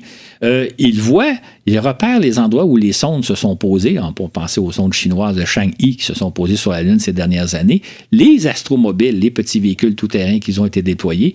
D'ailleurs, il y a une sonde américaine très intéressante qui s'appelle LRO pour Lunar Reconnaissance Orbiter, qui a repéré, par exemple, les trajets suivis par les petits robots, les deux petits robots U2 chinois qui explorent la Lune, sont capables de voir exactement quel chemin parcouru, combien de centaines de mètres ou de kilomètres ils ont parcouru. Ils ont aussi confirmé que les deux lunocodes soviétiques lancés au début des années 70 ont bel et bien fait le travail que les Soviétiques nous avaient dit à l'époque. Autrement dit, si les Soviétiques nous avaient menti à propos de ces sondes-là, ou si les Chinois nous mentaient à propos de leurs sondes, le LRO américain est capable de confirmer ou d'infirmer ce que nous disent les Chinois et les Soviétiques. Et je dois dire que ce que les Chinois et les Soviétiques nous ont dit a été confirmé par la sonde. Les véhicules tout-terrain ont bel et bien effectué l'exploration dont nous avaient fait part les Soviétiques et maintenant les Chinois. Et est-ce que c'est la même chose dans le cas de Mars, par exemple? Ben oui et non. Oui, mais comme je disais tantôt, l'atmosphère de Mars est très sale, donc on ne voit pas aussi bien sur Mars. Par contre, les sondes sont capables quand même de repérer les sites d'atterrissage, de repérer les robots, de voir le trajet parcouru. Ils arrivent assez bien à le faire, mais évidemment, dans le cas de Mars, ben, on est limité par le fait que l'atmosphère n'est vraiment pas très transparente. Et on se sert même de nos sondes interplanétaires pour photographier la Terre elle-même comme si c'était une planète comme les autres. Et ces sondes prennent même des photos assez intéressantes, tu dis. Alors, lesquelles? Bien, ce qui est intéressant, c'est que, comme on expliquait dans des balados en précédent, on se sert des fois de la Terre pour propulser les sondes vers l'espace lointain, le fameux concept d'assistance gravitationnelle. On se sert, par exemple, les sondes voyageurs se sont servis de Jupiter pour se propulser vers Uranus, Neptune et Saturne, Uranus et Neptune. On se sert actuellement des sondes qu'on place souvent en orbite autour du Soleil et les sondes vont finir par passer près de la Terre pour bénéficier de l'accélération gravitationnelle de la Terre pour se rendre à destination. Mais quand elles font ça, elles s'approchent de la Terre et comme elles sont équipées de caméras, ben on s'en sert pour photographier la Terre exactement comme si on approchait Mars ou si on approchait Jupiter ou Saturne, un peu comme l'ont fait les sondes voyageurs.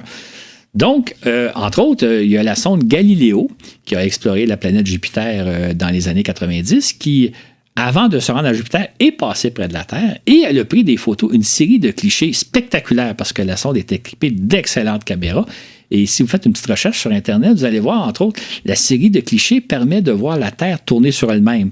on voit la Terre comme si on l'observait de l'extérieur et la voir défiler sous nos yeux. Et ce sont des très, très beaux clichés. D'autres sondes qui sont passées dans les parages de la Terre ont photographié le système Terre-Lune, le duo Terre-Lune. C'est-à-dire que, et non pas on prend une photo de la Terre et on prend une photo de la Lune et on les ajuste, mais vraiment comment un extraterrestre qui s'approcherait de la Terre verrait le duo Terre-Lune. Donc, on a des photos comme ça prises, comme si on était des extraterrestres qui, pour la première fois, voyaient le système Terre-Lune. Dans le fascicule que je vais publier éventuellement concernant à propos de ce balado aussi, je vais reproduire certaines de ces photos-là. Donc, c'est intéressant d'avoir un coup d'œil extérieur de la Terre, comme nous fournissent certaines sondes planétaires qui, par ailleurs, font route vers une autre destination, vers une autre planète.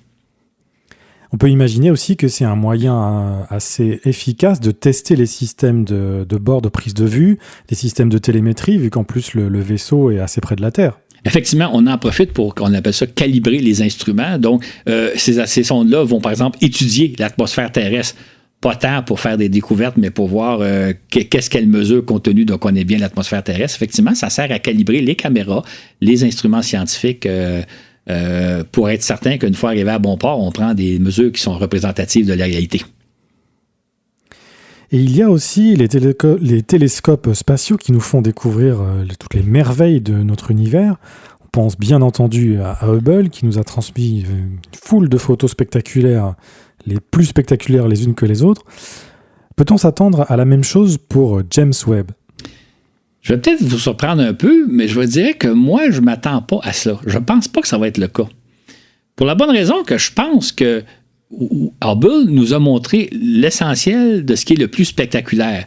Ce que va faire Webb, c'est qu'il va nous le montrer plus en détail, avec plus de précision. Mais grosso modo, on a revu ce qu'il y avait à voir. Et on a déjà d'ailleurs un exemple, la fameuse nébuleuse de la Carène, là, les piliers de la création, là, les espèces de grandes structures absolument spectaculaires que nous a fait découvrir Hubble dans les années 90 ont été récemment photographiées par le télescope Webb. D'ailleurs, on peut retrouver les photos sur le Internet sans trop de problèmes. On voit plus en détail, on voit mieux les fameux piliers de la création. Le problème, c'est que c'est juste plus détaillé, mais le gros de la photo la plus spectaculaire, c'est Hubble qui nous l'a montré. Je pense que Webb va nous montrer des choses beaucoup plus précisément, avec beaucoup plus de détails, mais on ne sera pas aussi émerveillé qu'on l'a été avec Hubble. Ce qui est intéressant, à mon avis, à propos de Webb, c'est les recherches qu'il fait sur les exoplanètes. Là, ce ne sont pas des photos, ce sont des mesures, mais Webb va faire des découvertes extraordinaires en termes d'exoplanètes. Ça, pour moi, c'est l'aspect le plus intéressant. Webb va nous fournir quantité de belles photos, mais l'essentiel, on l'a vu avec Hubble, on va le voir plus en détail avec Webb. Il y a même un curieux phénomène, as-tu remarqué, au fil du temps qui se passe, donc lequel ? C'est que souvent, c'est les premières photos qui sont les plus spectaculaires. Par exemple, si on prend le cas de Jupiter et Saturne, quand les voyageurs sont passés, ils nous ont photographié, ils nous ont montré ces deux planètes-là de façon sensationnelle. C'est des photos historiques, je pense qu'on les a tous en mémoire. Par la suite, on a envoyé différentes sondes vers ces planètes-là, dont Galileo, j'ai mentionné récemment, on pourrait parler Cassini autour de Jupiter, autour de Saturne. Ils nous ont montré ces planètes-là beaucoup plus en détail. Mais l'essentiel, on l'avait vu avec les voyageurs. Donc, les photos, les meilleures photos, souvent, c'est les premières, c'est le premier coup d'œil. Un peu, on pourrait prendre le même exemple avec Pluton. Les premières photos de Pluton, c'est celles qu'on connaît actuellement. Un jour, on va en avoir des plus détaillées, des meilleures, mais les premières resteront les premières, les plus merveilleuses resteront les plus merveilleuses. Fait qu'on a aujourd'hui de bien meilleures photos de Jupiter et de Saturne grâce aux sondes Galileo et Cassini. Sauf que les photos les plus mémorables, c'est celles prises par les sondes voyageurs dans les années 80. Donc, on va assister au même phénomène, je pense, avec les télescopes. Les meilleures photos, les plus mémorables, ce sont celles prises par Hubble, même si Webb va nous faire des découvertes remarquables.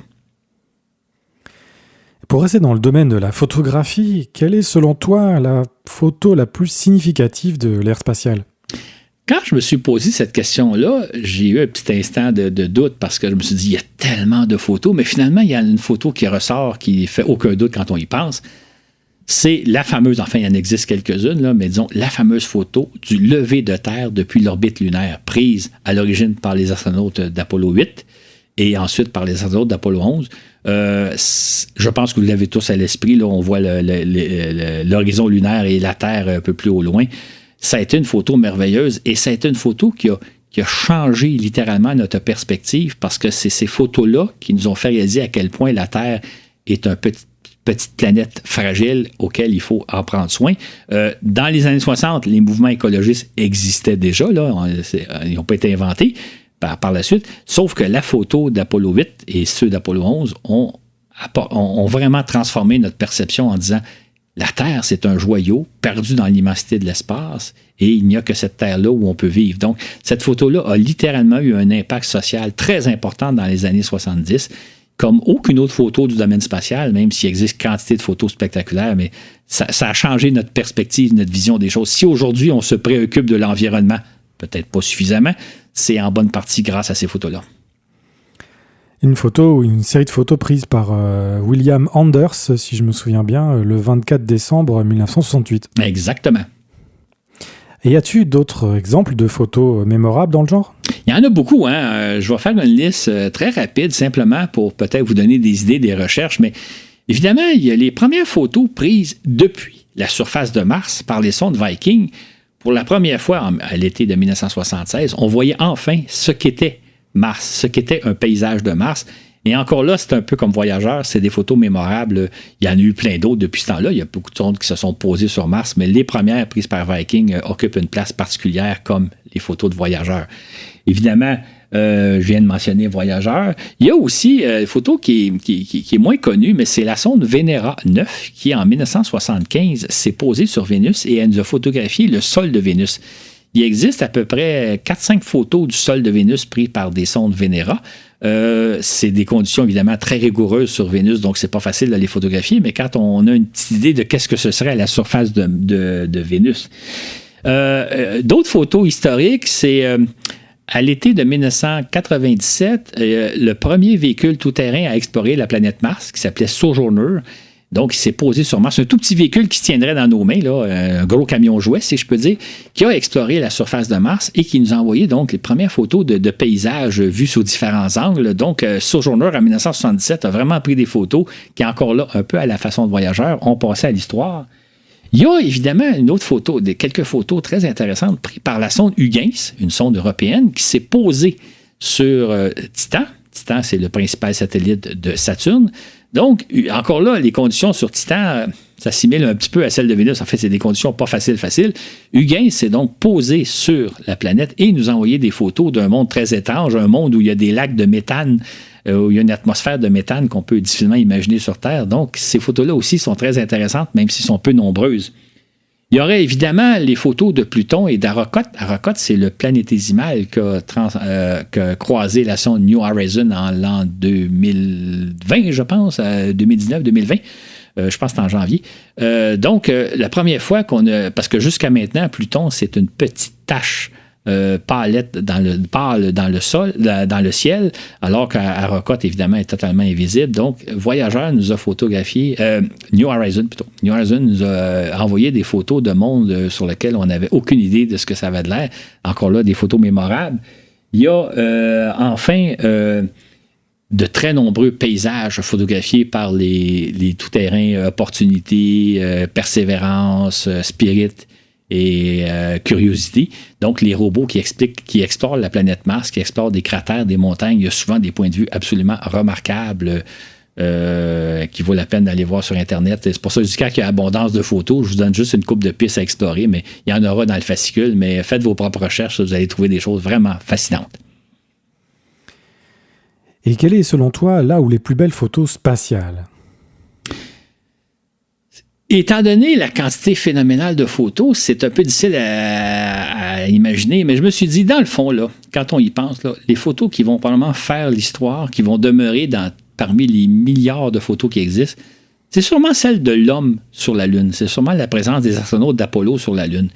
En fait, moi, j'ai la conviction que dans quelques siècles, quand on va se souvenir de notre époque, particulièrement du 20e siècle, ça va être l'image qu'on va garder. C'est les astronautes sur la Lune. On va dire, OK, ça va symboliser à elle seule, ces photos-là, le 20e siècle. Donc, pour moi, les photos les plus importantes, les plus mémorables, là, faites votre choix, là, mais c'est probablement, mon hypothèse à moi, la présence de l'homme sur la Lune, les premiers pas de Neil Armstrong, les photos d'Apollo 11, 12, 14, 15, 16, 17, là, ça va être ces photos-là qui vont passer à l'histoire, qui vont symboliser à elles seules tout le 20e siècle.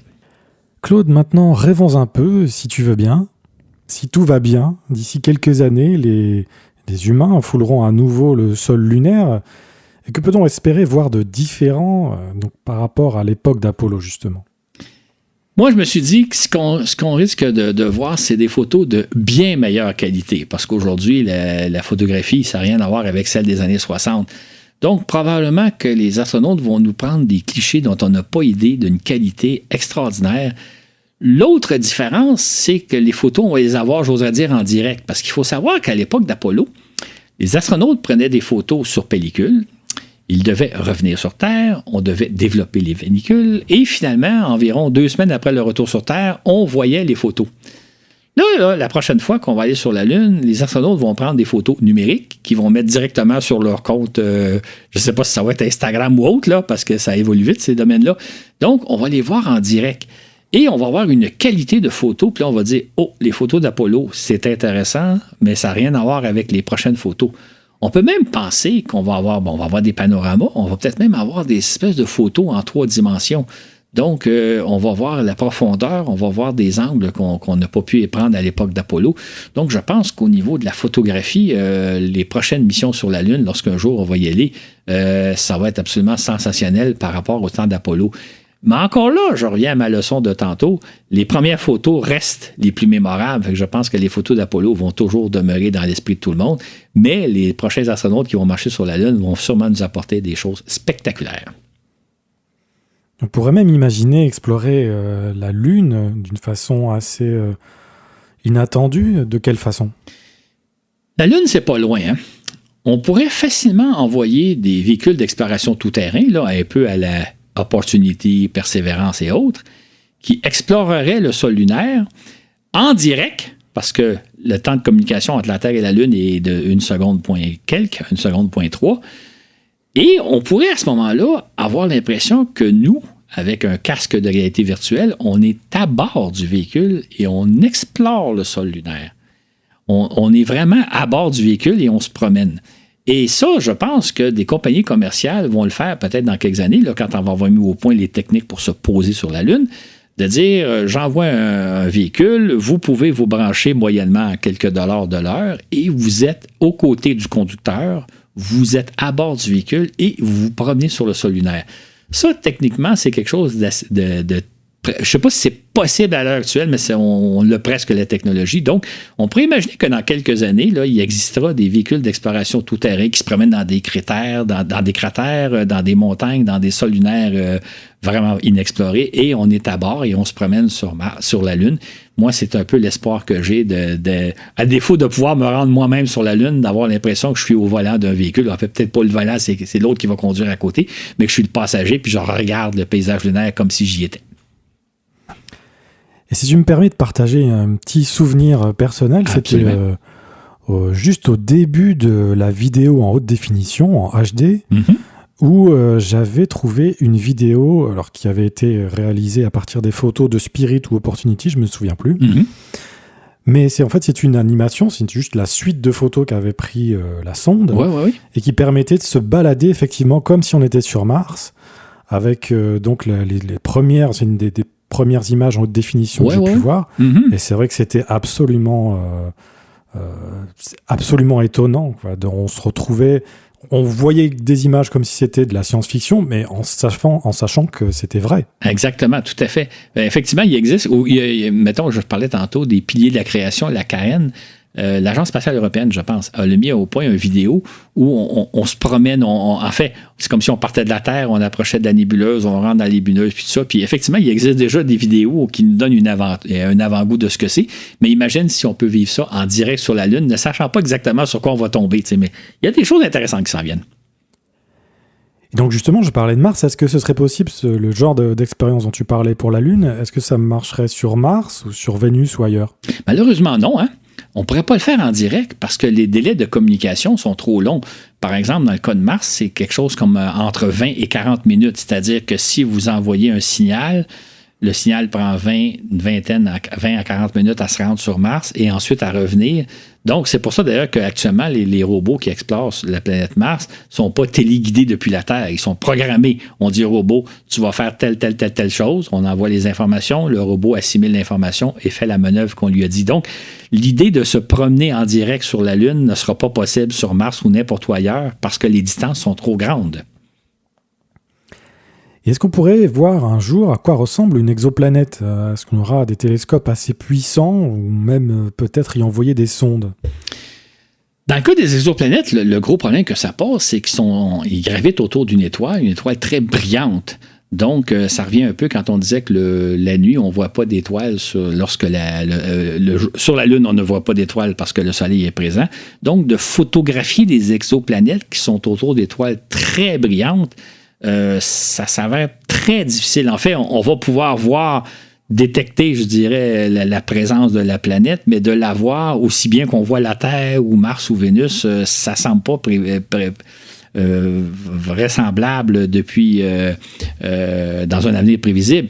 On pourrait penser aussi à envoyer, par exemple, des sondes interstellaires, donc d'envoyer une sonde aller photographier de plus proche les planètes.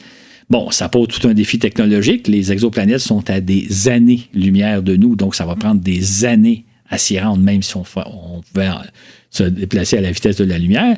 Mais une fois rendu sur place, ça va prendre des années avant d'avoir le résultat. Imaginez, par exemple, on va probablement le faire un jour, envoyer une sonde vers Proxima du Centaure, l'étoile la plus proche de nous, autour de laquelle on sait qu'il y a quelques planètes. Donc, l'étoile est à 4,2 années-lumière de nous. Il faut d'abord franchir cette distance-là, mais faisons un peu de science-fiction, nous y sommes. La sonde prend des photos. Les photos nous parviennent à la vitesse de la lumière, mais ils vont prendre 4,2 ans avant de nous parvenir. Et là, si on dit à la sonde, ben là, pourrais-tu photographier telle chose plutôt que telle autre, etc., ben le temps d'envoyer l'information, ça prend 4,2 années pour que la sonde reçoive l'information, qu'elle recueille les photos, qu'elle nous retourne les photos, et ça, c'est pour l'étoile la plus proche. Donc, photographier des exoplanètes va relever d'un défi énorme, soit à cause de la brillance de l'étoile si on est depuis l'orbite terrestre, soit si on se rend sur place, les questions de délai de temps. Donc, on va voir dans les prochaines années, parce qu'il y en a déjà eu, il commence à avoir des photos. D'ailleurs, Webb va en prendre certaines photos, mais ça va être des taches plus ou moins blanchâtres qui ne permettront pas de distinguer tel de détails. On ne verra pas dans un avenir prévisible, à mon avis, des exoplanètes comme on voit, par exemple, ne serait-ce que Pluton, par exemple, ou même Uranus ou Neptune. On n'aura pas cette qualité-là parce que les distances sont trop grandes et les problèmes de luminosité. Et pour finir, et puis pour continuer à rêver avec toi, Claude, que peut-on espérer dans les années qui vont arriver, dans 25 ans, dans 30 ans, qu'est-ce qu'on peut imaginer?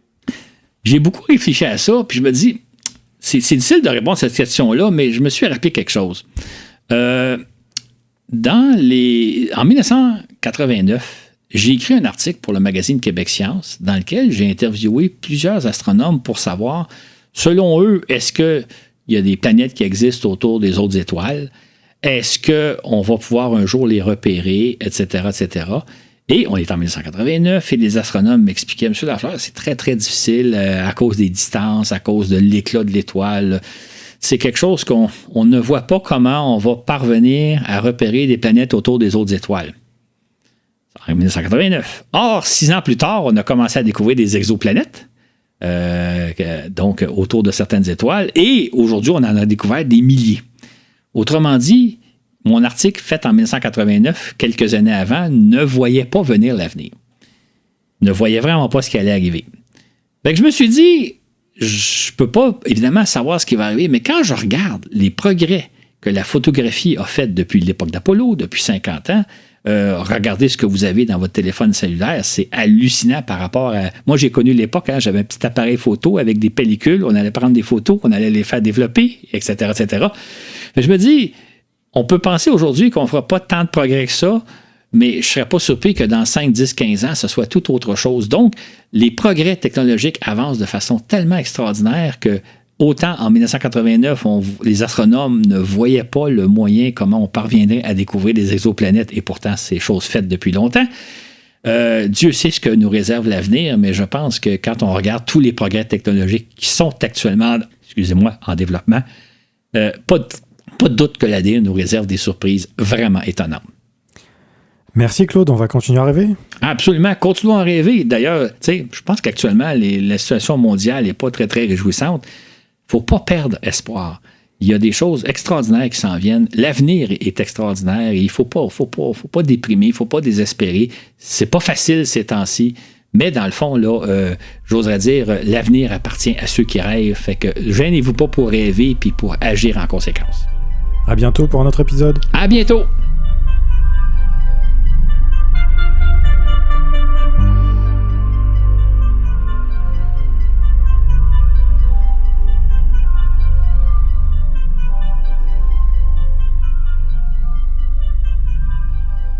Nous espérons que cet épisode vous a plu.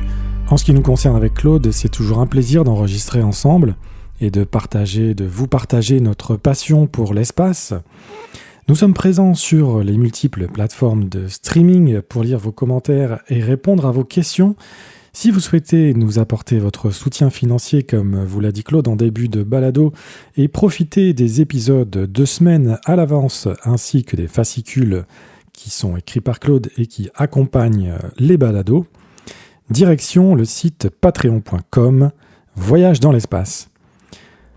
Cet épisode vous a été présenté par Florent Meunier avec Claude Lafleur au contenu, Laurent Runigo et Dylan Baillargeon aux médias sociaux.